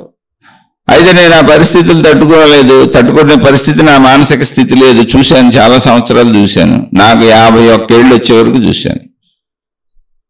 ఇంక ఆలోచించాను, మరి ఇది ఉమ్మడిగా సాగుతున్న వ్యాపారాలు ఏం చేయాలి? తల్లిదండ్రులు అక్కడే ఉన్నారు, అందరూ అక్కడే ఉన్నారు, అందరూ ఉన్నారు. కానీ అది ఉమ్మడి వ్యాపారాలు, నాది కాదు. నేను కూడా అందులో కలిసి చేశాను అంతే. అందుకని నేనే పక్క వచ్చాను. నా మనసు చెప్పింది అది నీది కాదు, నువ్వు వాళ్ళని భరించలేకపోతున్నావు, నీకేదో ఇబ్బంది ఉంది, ప్రాబ్లం నీది. భరించలేకపోవడం ప్రాబ్లం ఎవరిది? నాది. ఇప్పుడు ఎదుట వాళ్ళని భరించలేకపోవడం ప్రాబ్లం నాది కదా. నాకు నచ్చినట్టు వాళ్ళు ఎందుకుంటారు? వాళ్ళకి నచ్చినట్టు నేను ఉండగలిగితే అక్కడ ఉండాలి. ఎందుకని అదంతా వాళ్ళది. నేను దాంతో చేస్తున్నాను అంతే. నేను సొంతగా సృష్టించుకున్నది లేదు. నా జీవితం నేను సృష్టించుకోవాలా. నాకు ధన సంపాదన మార్గాన్ని నేను సొంతగా పెట్టుకోవాలా. అంటే ఇది కుటుంబమే కదా, నేనే కదా నడుస్తుంది అనుకున్నా. ఎందుకు పెట్టుకోలేదు నువ్వంటే, మా సొంత ఇంట్లో మా సొంత కుటుంబంలో ఉన్నది ఒకటే కొడుకుని నేను, ఎందుకు నడవదని ఎందుకు అనుకుంటాను? నడుస్తుంది అనుకున్నా. సరే పరిస్థితులు తేడాలు వచ్చినాయి, అందులో తప్పే ఉంది. అది నాదైతే కాదు, నేనే చెబుతున్నాగా. నాదైతే కాదు, నేను తయారు చేసింది కాదు. నా పెద్దల నుంచి వస్తుంది, అది మా తల్లిదండ్రుల నుంచి వస్తుంది. వాళ్ళ దానికి అప్పకి చెప్పేశాను, ఎవరి దానికి అప్పు చెప్పాను, ఎవరిదైతే వాళ్ళకి అప్పు చెప్పేశాను. నేను పక్క వెళ్తున్నాను అన్నాను, జీవితకాలం మౌనం అన్నాను. నన్ను అసలు మాట్లాడించొద్దు, నా జోలికి రావద్దు, మీకు నమస్కారం అని చెప్పాను, పక్క వచ్చాను. ఎందుకని? అది నాది కాంది. నీకు నచ్చినట్టు ఉండగలిగితే అక్కడ ఉండాలి. అన్నాళ్ళు ఉన్నాను, చేయగలిగిన అన్నాళ్ళు ఉన్నాను. 51 సంవత్సరాల వరకు ఉన్నాను. ఇప్పుడు ఎదుట వాళ్ళది తప్పని అసలు నేను అనను. అది తప్పంతా నాది. ఎందుకని? అది వాళ్ళదే. వాళ్ళకి నచ్చినట్టు చేసి పెట్టాను, వాళ్ళకి నచ్చినట్టుగా ఉన్నాను. వాళ్ళకి నచ్చినట్టు ఉండలేక నేను పక్క వెళ్ళిపోయాను, అంతే. సింపుల్. అది అంతే తప్ప తప్పు వాళ్ళది ఎందుకు అవుద్ది? సంపూర్ణ హక్కులు వాళ్ళకే ఉన్నాయి. వాళ్ళకి నచ్చినట్టు ఉండలేక నేను పక్క వెళ్ళిపోయాను. పక్క వెళ్ళినప్పుడు మూసుకు కూర్చోవాలి. ఎవరి గురించి తప్పు ఒప్పు చెప్పకూడదు, ఇది న్యాయమో అన్యాయం అనకూడదు, వాదోపవాదాలు చేయకూడదు. అందుకని మూసుకు కూర్చోడానికి జీవితకాలం మౌనం అని పెట్టుకున్నా. మరి ఏమైంది? ఇప్పుడు హఠాత్తుగా కోట్ల రూపాయల టర్నోవర్ ఉన్న వ్యాపారాలు చేశాను, వందల వేల మంది మనుషులతో సంబంధ బాంధవ్యాలు ఉండే, నేను చిటికేస్తే ఏ పనులన్నీ జరిగిపోయాయి. కానీ ఇవన్నీ ఆపేసి పక్కకు వచ్చినాక ధన సంపాదన ఆగిపోయింది. ఏదో పాత ఏదో కట్టుకున్న ఇల్లు, పాత దాచుకున్నవి కొంచెం ఉన్నాయి తప్ప ధనం లేదు. అసలు సంపాదన ఆగిపోయింది. ఆ పాత ధనంతో బతుకుతున్నా. ఇప్పుడు నా పిల్లలు తక్కువలో బతుకుతున్నారు, ఇబ్బందులు పడుతున్నారు, నేను ఇబ్బందులు పడుతున్నా, కుటుంబం ఇబ్బందులు పడుతుంది. అసలు నాకు తెలిసినా ఇది ఇలాగే ఉంటుంది. ఇప్పుడు నాకు ఊరికినే డబ్బులు ఎవరిస్తారు? ఆకాశం నుంచి డబ్బులు రాలేందుకు పడితే? నేను జ్ఞానం ఉపన్యాసాలు చెబుతున్నానని ఆకాశం నుంచి దేవుడు నాకు డబ్బులు రాల్చేస్తాడేంటి? డబ్బులు కావాలంటే మళ్ళీ వ్యాపారాలు చేసుకోవాలి, నేను కొత్తది ఏదో మొదలు పెట్టాలి, లేదా కొత్త ఉద్యోగమో వృత్తో వ్యాపారమో ఏదో ఒకటి చేయాలి. అది నా ఇష్టం. నేను మళ్ళీ కొత్తది చేయాలనుకున్నప్పుడు అందులోకి దిగుతాను. కానీ ఇప్పుడు మూసుకు కూర్చోవాలిగా, ఉన్నదంతా సర్దుకోవాలిగా. అప్పుడు చెప్పాను అనమాట, మనకు ఉన్నది ఇది. కుటుంబ సభ్యులకి చెప్పాను, నేను అన్నీ వదిలేశాను, ఉన్నది ఇది. ఈ ఉన్న దాంట్లో సర్దుకొని మనం బతకాలి. మీరు తొందరగా చదువుకొని జీవితాల్లో చక్కగా సెటిల్ అవ్వండి. అప్పటి వరకు ఇవి ఉన్నాయి, నేను మీకు ఏర్పాట్లు చేస్తూ ఉంటాను, ఇబ్బంది లేదు. జాగ్రత్తగా తక్కువలో బతుకుదాం, ఉన్నదాంట్లో సర్దుకొని బతుకుదాం. ఉన్నంతలో పిల్లలుగా మీకు ఏ ఇబ్బంది చేయను. అలాగే భార్యకు కూడా చెప్పాను. లేదు అసలు అన్నీ మేము చూసుకుంటాం అంటారా, మీకు అప్పచెప్పి వెళ్ళిపోతాను. ఎందుకని? అక్కడ కూడా ఇబ్బందులు వస్తూ ఉంటాయి అప్పుడప్పుడు, మాట చేష్ట. అసలు నువ్వు అనవసరంగా వదిలేసావని బోల్డ్ సార్లు అంటారు మా వాళ్ళు. కోట్ల రూపాయలు ఎవరైనా వదులుకుంటావా అని మా బంధువులు, మా చుట్టాలు, నా స్నేహితులు, మిత్రులు, తెలిసిన వాళ్ళు ఎంతమంది ఎన్ని చెప్పారు. నీ అంత పిచ్చోడు ఉంటాడా? ఎవడైనా కోటాను కోట్లు వదులుకుంటాడా? అసలు ఎవడో వదులుకోడు కదా, నువ్వే కదా దానికి వారసుడు అని బోల్డ్ మంది చెప్పారు. హక్కు నీదే కదా. అరే వదులుకుంది నేను, ఎవరు ఎంతమంది చెబితే వాళ్ళ భావాలు. నాకు హక్కు లేదు, ఇది నాది కాదు, ఇది నేను తయారు చేసింది కాదు, నేను నిర్మించింది కాదు, నాకు సంబంధం లేదు. ఉండగలిగిన అన్నాళ్ళు ఉన్నాను. వాళ్ళకి నచ్చినట్టు ఉండలేనప్పుడు వాళ్ళని బాధ పెట్టకూడదు. వాళ్ళకి అప్పచెప్పి వెళ్ళిపోవాలని అప్పచెప్పి వెళ్ళిపోయాను.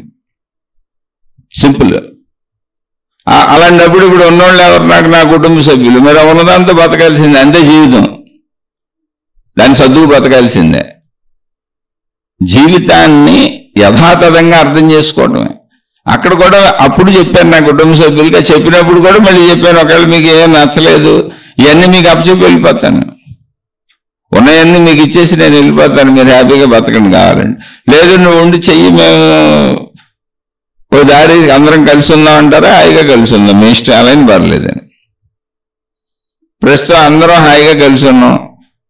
నా కొడుకు చదువుకుంటున్నాడు, నా కూతురు చదువు సంవత్సరం అయిపోయింది, నా భార్యతో నాకేం ఇబ్బంది లేదు. చక్కగా ఏదో వేళ కింద అన్నీ చేసి పెడతారు, ఖర్చులు తగ్గించుకున్నాం. చక్కగా వారంగా 10 రోజులకు ఒకసారి వెళ్ళి కావలసిన అన్ని సరుకులు ఉరుకులు తెచ్చుకుంటాను, ఇంట్లో మౌనం కూర్చుంటాను, మీతో ఇలా ఒక శీర్షికి పంచుకుంటాను. ఎక్కడికైనా లైఫ్ కాంప్రమైజ్ అంతే. కాంప్రమైజ్ అంటే మనం ఏదో బలవంతంగా అణగదొక్కుకోవటం కాదు. జీవితంలో నువ్వు ఎంతకంటే ఎక్కువేమీ చేయలేవు. చేయలేని చోట దాన్ని ఏదో ఒక దాన్ని అంగీకరించి మధ్యలో ఉండు. బాగా మధ్యలో ఉండే దుఃఖమయమే జీవితం అంతా. వదలలేం పట్టుకోలేం అంటే దుఃఖమయమే. వదలగలిగితే వదిలేయి, పట్టుకోగలిగితే పట్టుకో, అంతే సింపుల్. వదలగలిగావా ఒక దుఃఖం పోద్ది, వదిలేసానని నొక్కపోయిండే. పట్టుకోగలిగావా, పట్టుకుంటే వాళ్ళని భరించు. పట్టుకున్నప్పుడు వాళ్ళతో భరించు, వాళ్ళని భరించాల్సిందే, నిశ్శబ్దమే పట్టుకో. మనం ఏంటంటే పట్టుకునే వాళ్ళు మనకు నచ్చినట్టు ఉండాలనుకుంటాం. మొత్తం మానవ జాతి ఎలా ఉంటుంది. పట్టుకుంటాం, వాళ్ళు కావాలనుకుంటాం, బంధం కావాలనుకుంటాం, బంధుత్వాలు కావాలనుకుంటాం, వాళ్ళందరూ ఉండాలనుకుంటాం. కానీ వాళ్ళందరూ మనకు నచ్చినట్టు ఉండాలి, మనం మెచ్చినట్టు ఉండాలనుకుంటాం. ఎలా ఉంటుంది? శరీరపరంగా అందరూ జంతువులే. ఈ సత్యం తెలుసుకోండి, ఎందుకంటే దారి లేదు. మహాభారత రణరంగం అద్భుతమైన అంత రణరంగాన్ని సాక్షాత్తు భగవంతుడు ఉండి దూతకాయలు కూడా ఆపలేకపోయాడు. రణరంగం చేయించాడు ఆయన. వ్యాస మహర్షి మధ్యలో ఎన్నోసార్లు చెబుతారు. ధృతరాష్ట్రుడికే చెప్పారు వ్యాస మహర్షి. అందులో ఆయన వ్యాస మహర్షి నేను తెలుసుకొని చెబుతున్నాను, భవిష్యత్తు జ్ఞానంతో చెబుతున్నాను, చాలా ప్రమాదం, దీన్ని ఆపని చెబితే కూడా ఆపలేకపోయారు. ఎందుకంటే లోపల కాంక్ష అది ధృతరాష్ట్రుడికి. ఇదంతా సర్వనాశనానికి వెళ్తుందని బోల్సార్లు చెప్పారు ఆయన. ఆ దుర్యోధనుడిని ఆపని ఎంతో మంది పెద్దలు చెప్పారు. కానీ కాంక్ష, జ్ఞానం అర్థం అవట్లేదు. వ్యాస మహర్షి జ్ఞానం అర్థమైంది, అందుకని చెప్పారు. ఇది తప్పని చెప్పిన వాళ్ళందరికీ ఆధ్యాత్మిక జ్ఞానం, చక్కటిగా ఆధ్యాత్మిక చదువు అర్థమైంది వాళ్ళు. అందుకని తప్పు కాదని చెబుతానే ఉన్నారు వాళ్ళు. కానీ జ్ఞానం అర్థం అవనోడు వినడు కదా, ఏం చేయాలి? యుద్ధం జరిగి తీరవలసిందే. అది అక్కడ రాజులు యుద్ధాలు కాబట్టి. కానీ మన జీవితంలో ఇది తప్పు అని చెప్పినా మనం వాళ్ళని అంటే పెట్టి కూర్చొని అక్కడే ఉండాలంటే యుద్ధాలు జరుగుతూ ఉంటాయి. జరగనే యుద్ధాలు జరిగినప్పుడు కాసేపు బాధపడు, సంతోషం ఉన్నప్పుడు కాసేపు ఆనందపడు. ఏముంది, ఇప్పుడు వదలలేము పట్టుకోలేము అన్నాం అనుకోండి, దెంపలేము ఎత్తలేము, ఎత్తుకుంటే దింపితేనే ఏడుస్తున్నారు, ఎత్తుకుంటేనే పెత్తనం అన్నాం అనుకోండి, పెత్తనం చేసినప్పుడు కాస్త చోర్చుకో, ఏడ్చినప్పుడు ఎత్తుకో. అందరి జీవితాలు ఇంతే. ఎందుకని ఇక్కడ ఇదేదో రాజుల్లాగా యుద్ధాలు చేసుకోవటానికి ఏం లేదుగా. నేను వదిలేయగలిగింది వదిలేశానని నేను చెప్పాను కదా, అది వదిలేయగలిగింది నాకు బాధ్యతలు లేవు. వాళ్ళు నా మీద ఆధారపడి లేరు. వాళ్ళకి ఆల్రెడీ నాకంటే 100 రెట్లు ఎక్కువ ఉన్నాయి అందరికీ. అన్నీ నా మీద ఆధారపడి ఉన్న వాళ్ళని వదిలేయలేదా నేను? అసలు వదిలేయాలన్న ఆలోచన కూడా రాలి నాకు ఎప్పుడు. నా మీద ఆధారత లేదు, అక్కడ నేను సర్దుకోలేకపోతున్నాను, నా వల్ల కావట్లేదు, ప్రాబ్లం నాది, నా మానసిక ప్రాబ్లం, అందుకని నేను వదిలేశాను. అలా నా బాధ్యతలు నేను వదిలేదు. బాధ్యతల్లో మీరు సేమ్ మీకున్న సమస్యలు నాకు ఉంటాయి. దింపేస్తే ఏడుస్తారు, ఎత్తుకుంటే పెత్తనం చేస్తారు. అందరి జీవితాలు ఇవే ఉంటాయి, మీకే కాదు, మొత్తం అందరి జీవితాలు ఇలాగే ఉంటాయి. దింపేస్తే ఏడుస్తారు, ఎత్తుకుంటే పెత్తనం చేస్తారు. ఇందులో సాగించుకోగలిగినోడు సాగించుకుంటూ ఉంటాడు. ఇదే ఇక్కడ జరిగే సృష్టిలో ఏమీ లేదు. ఎవరో కొంతమంది ఎక్కడో మహాత్ములు ధర్మంగా ఉంటారు, మిగిలిన వాళ్ళందరూ భార్య భర్త ప్రతి సంబంధ బాంధవ్యము. ఎవరో మహాత్ముడు చెప్పాడు అసలు, అంటే భౌతికంగా శారీరపరంగా చూసినప్పుడు మొత్తం బంధాలన్నీ వ్యాపార సంబంధాలే అని చెప్పాడు ఆయన. అన్ని లాభం కోసమే కాదా, మన కోరిక కోసం కాదు జీవిత భాగస్వామ్యం తెచ్చుకుంది. మన వృత్తి వ్యాపార ఉద్యోగాలు ఎవరితో చేసినా, ఎవరి దగ్గర చేసినా, ఎవరి కింద పని చేసినా మన లాభం కోసం కాదు. అసలు ప్రతిరోజు మనం జీవించేది మన అవసరాల కోసం కాదు. ఇది సత్యాన్ని అంగీకరించుకుంటే వెళ్ళటమే. ఎదుటివాడిని భరించలేను అనే తనాన్ని పెంచుకోబాకండి. ఎప్పుడైనా ప్రపంచంలో ఉన్నంతకాలం పక్కోడిని భరించాల్సిందే. ఎంత మంచివాళ్ళైనా ఎంత చెడ్డోళ్ళనైనా భరించాల్సిందే. చెడ్డోళ్ళనైతే ఎక్కువ భరించాల్సి వస్తుంది, కొంచెం మంచివాళ్ళనైతే తక్కువ భరించాల్సి వస్తుంది, కానీ భరించడం అయితే తప్పదు. కాదు ఒకళ్ళు వియోగము అనుకోండి, అంటే విడిపోవడం వదిలేయటం అనుకోండి, దానంతటా అదే జరిగిపోద్ది. నాకు దానంతటా అదే జరిగింది. నేను వదిలేశానని మీకు ఊరికినే చెబుతున్నాను తప్ప నేను వదిలేయలేదు. వదిలేసే పరిస్థితులు వచ్చినాయి. ఇది 51 సంవత్సరాలకు వదిలేయడం కాదు, నా చిన్ననాటి నుంచి భరిస్తున్నా. నేను నాకు తెలుసు ఆ విషయాలు. భరిస్తున్నానంటే ఎదుటి వాళ్ళు తప్పు కాదు, భరిస్తున్నానంటే నా మనసు తప్పు. నా మనసు ఎదుటి వాళ్ళని అంగీకరించలేకపోతుంది, అది నా తప్పు. చిన్నతనం నుంచి అంగీకరించలేక అలాగే సర్దుకుంటూ మొత్తం నా తప్పే. మళ్ళీ అంగీకరించలేకపోవడం నా తప్పే, సర్దుకోవడం నా తప్పే. ఎదుటి వాళ్ళని నేను ఎందుకంటాను? ఎదుటి వాళ్ళని అనాల్సిన అవసరమే మనకు లేదు అసలు. అలా సర్దుకుంటూ 51 సంవత్సరాలకు వదిలేశాను. చిన్నతనం నుంచి అని సుమారు నాకు తెలిసిన కాడి నుంచి 10-15 ఏళ్ల వయసు నుంచి భరిస్తానే ఉన్నాను. మా అమ్మగారు నాకు 5వ ఏటో 6వ ఏటో చనిపోయారు. నా చిన్నప్పుడే 5-6 ఏట మా అమ్మగారు చనిపోయారు. సరే, ఏదైనా ఇందులో తప్పులు ఒప్పులు చెప్పదలుచుకోవాలి, తప్పుని అదేం చెబుతున్నాగా. భరించలేకపోవటం, వాళ్ళతో ఉండలేకపోవటం, వాళ్ళని సర్దుకోలేకపోవడం నాది కదా తప్పు. ఇంకోళ్ళు తప్పు ఎలా అవుద్ది? అయినా దాన్ని నేను మళ్ళీ 51 సంవత్సరాల వరకు భరించాను, ఎలాగోలా జీవించాలి కాబట్టి. 51 సంవత్సరాలకి కాలం తయారు చేసింది, విడిపోయే అవకాశాలు కల్పించింది.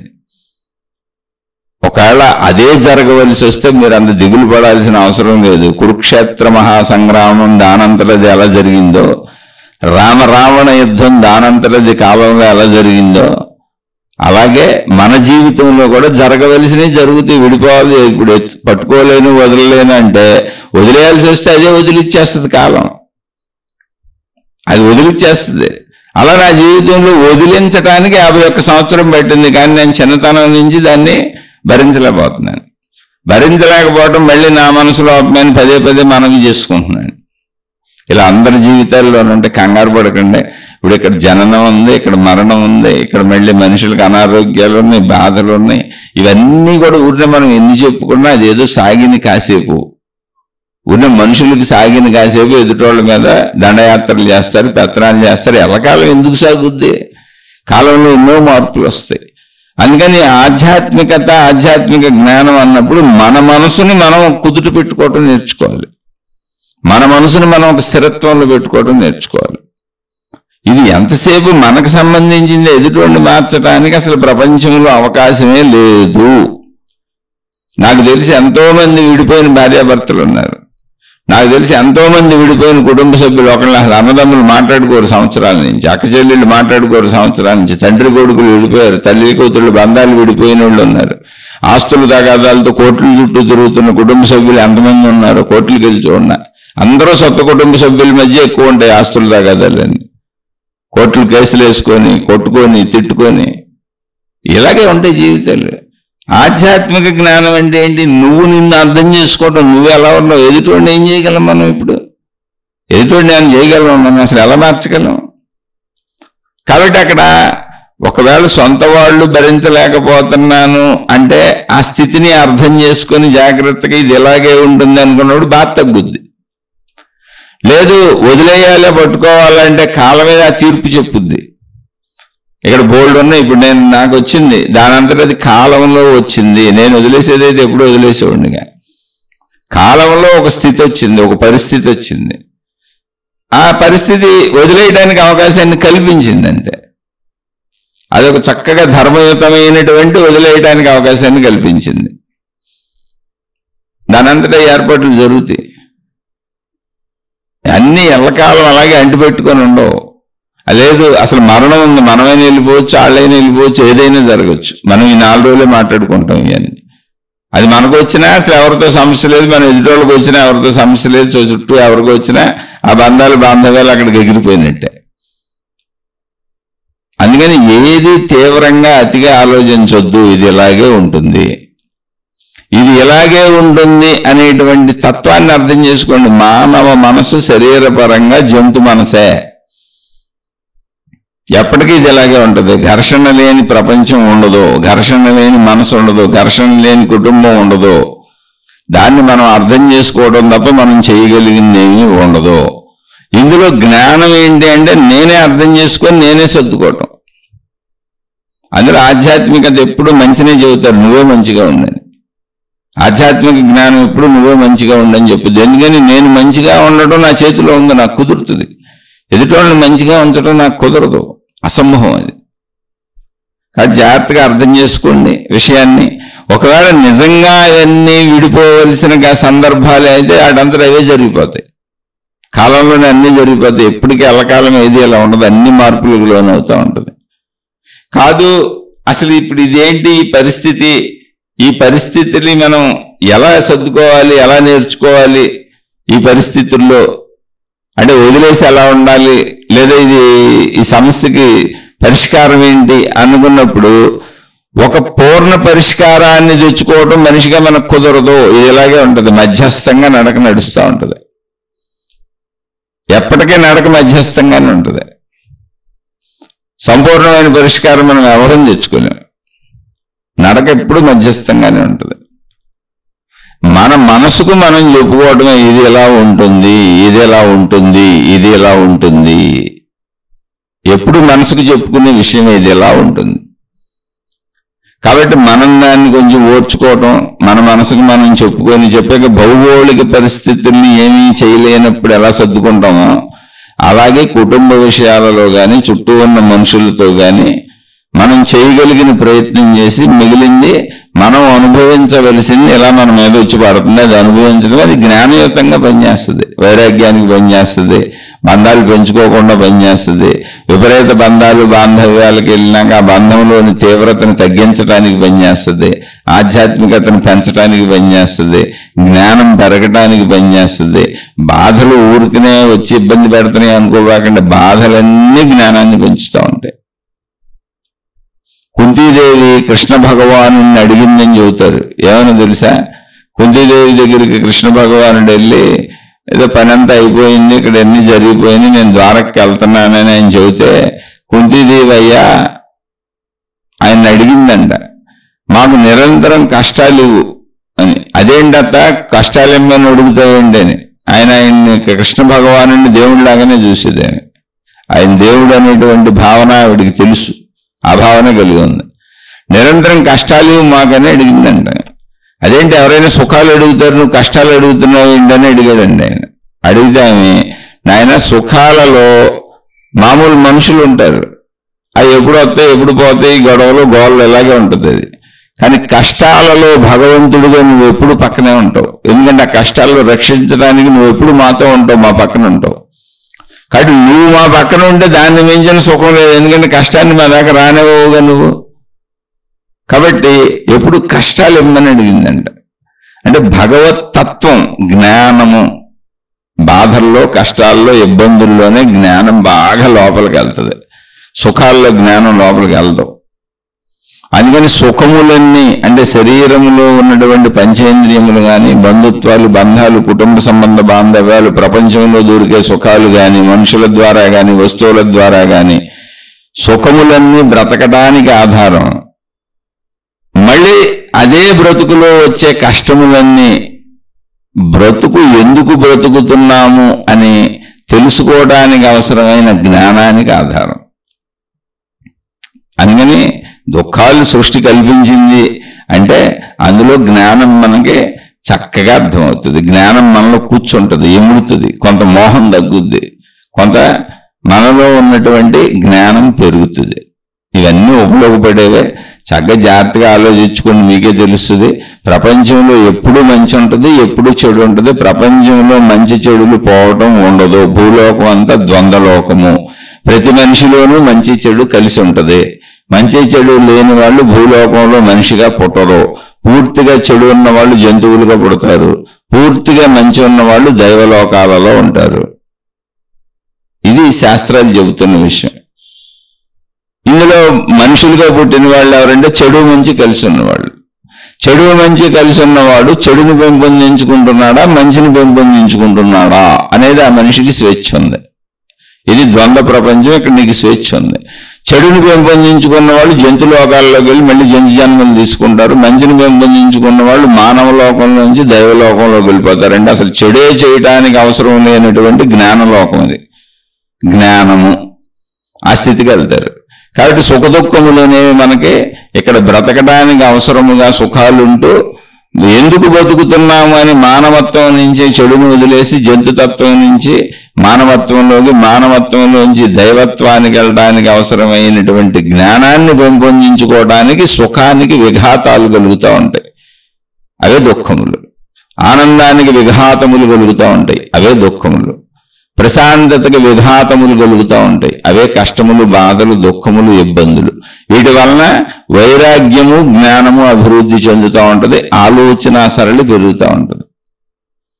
కాబట్టి సుఖ దుఃఖములు, మంచి చెడులని ఉండేటువంటి శాశ్వతముగా ఉండే ప్రపంచం ఇది. ఎప్పటికే ఉంటాయి. మీరు చూడండి, ఎంతమంది దేవుళ్ళు, ఎంతమంది దేవతలు, ఎన్ని మతాలు, ఎంతమంది గురువులు వచ్చినా మంచి చెడులు అలాగే ఉన్నాయి. అనాదిగా మనం వాటి గురించి చెప్పుకుంటానే ఉన్నాం, మళ్ళీ అలా చెప్పుకుంటానే ఉంటాం. ఎందుకనంటే ఇది మంచి చెడుల కలయికల లోకము. ఈ లోక తీరేంత. ఇందులోంచి నువ్వు చెడులోంచి మంచికి వచ్చేసి మంచిలోంచి దైవత్వంలోకి వెళ్ళిపోతే మళ్ళీ ఈ లోకంలోనే ఉండవలసి నువ్వు. ఎందుకంటే జ్ఞానం అనేది అమృతత్వము, అదే అనంత ఆత్మతత్వము. నువ్వు శక్తి స్వరూపుడివి, శక్తి స్వరూపురాలు అని నువ్వు తెలుసుకుంటావు. అందుకని ఈ మనుషులు ఇలా ఎందుకున్నారు ఇవన్నీ చూడబాకండి. ఇలాంటి మనుషులు మన చుట్టూ ఎందుకున్నారు అవి కూడా చూడబాకండి. ఎలా మనుషులు ఉండి ఇలాంటి మనుషులు మన చుట్టూ ఉండి మనలో వైరాగ్య భావాలు పెంచి, మనలో జ్ఞాన భావాలు పెంచి మన ఆలోచింపజేసేలా చేస్తున్నారు. మళ్ళీ ఈ మనుషుల వలనే సుఖాలు, బంధాలు, బాంధవ్యాలు, కుటుంబము అనేది ఉండి ఇక్కడ బ్రతకడానికి అవసరమైనటువంటి ఆనందాన్ని ఇస్తున్నారు. ఇదే మనుషులు ఈ ప్రపంచంలో లేకపోతే బ్రతకటము కుదరదు.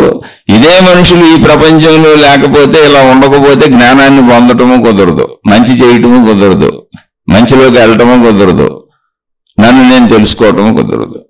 రెండింటికి ఇదే మనుషులు ఇక్కడ ఇలా సహకరిస్తూ ఉంటారు మంచి చెడుల పేరుతో. మంచి చెడుల సహకారంతో నీలో నువ్వు జ్ఞానాన్ని పెంచుకో, నిన్ను నువ్వు తెలుసుకో. అంటే చుట్టూ వీళ్ళు ఎందుకున్నారని ఆలోచించుకో. సృష్టి అలాగే ఉంటుంది. అది సృష్టిలో పగలు రాత్రి సమానంగా ఉంటాయి. వెలుగుంది, చీకటి వస్తుంది. అంత సింపుల్. అది ఆ సూత్రం మారదు. కాబట్టి మంచి చెడులు సమానంగా ఉంటాయి. అవి మన చుట్టూ తిరుగుతూ ఉంటాయి. మంచి అన్నప్పుడు జీవించడానికి ఆధారంగా తీసుకో, హాయిగా జీవించు, ఆనందంగా జీవించు. చెడు వచ్చినప్పుడు ఆలోచించు, ఏంటో ఆ చెడులోంచి ఎలా తప్పించుకోవాలో చూడు, జ్ఞానాన్ని పెంచుకో, మంచిని పెంచుకో. నీలో చెడుని తొలగించుకునే ప్రయత్నం చేసుకో. అప్పుడు అసలు నువ్వు ఈ లోకంలోనే ఉండవు. ఈ లోకంలోనే ఉండవు అంటే కొత్త లోకానికి వెళ్తానంటే కాదు, జ్ఞాన లోకంలోకి వెళ్ళిపోతావు. అనంత ఆత్మశక్తి ఎరుకులోకి వెళ్ళిపోతావు. జ్ఞానం పెరిగి నేను శక్తిని తెలుసుకుంటావు. శరీరపరంగా మంచి చెడులు ఎప్పుడు సాగుతూనే ఉంటాయి. ఆలోచించి చూడండి. అర్థమైతే ఓకే, అర్థం కాకపోతే మళ్ళీ మీకు ఎక్కడ ఏం అర్థం కాలేదో ప్రశ్న రూపంలో అడిగే ప్రయత్నం చేయండి. మళ్ళీ దాన్ని చెప్పుకునే ప్రయత్నం చేద్దాం. అంటే తెలిస్తే విశ్లేషించుకుందాం. ఇది కేవలం విశ్లేషణలు మాత్రమే. ఇది ఆధ్యాత్మిక చదువుకుంటున్నాం, రోజు గుర్తు చేసుకుంటున్నాం అంతే, మనం మంచిగా ఉండాలి అని. ఒకవేళ అసలు నేను చెప్పింది అర్థం కాలేదు, సరిగ్గా చావటం లేదు, ఏదో ఆయనకు తోచించి చెబుతున్నాడని నచ్చని వాళ్ళు ఎవరైనా ఉంటే మీకు నచ్చిన మార్గాల్లో మీరు హాయిగా వెళ్ళిపోండి. నేను అతి సామాన్యుణ్ణి, నన్ను క్షమించి వదిలివేయండి. శుభమస్తు. మీకు మీ కుటుంబ సభ్యులకు మేలు చేకూరుగాక. మరొక కొత్త శీర్షికతో కలుసుకుందాం.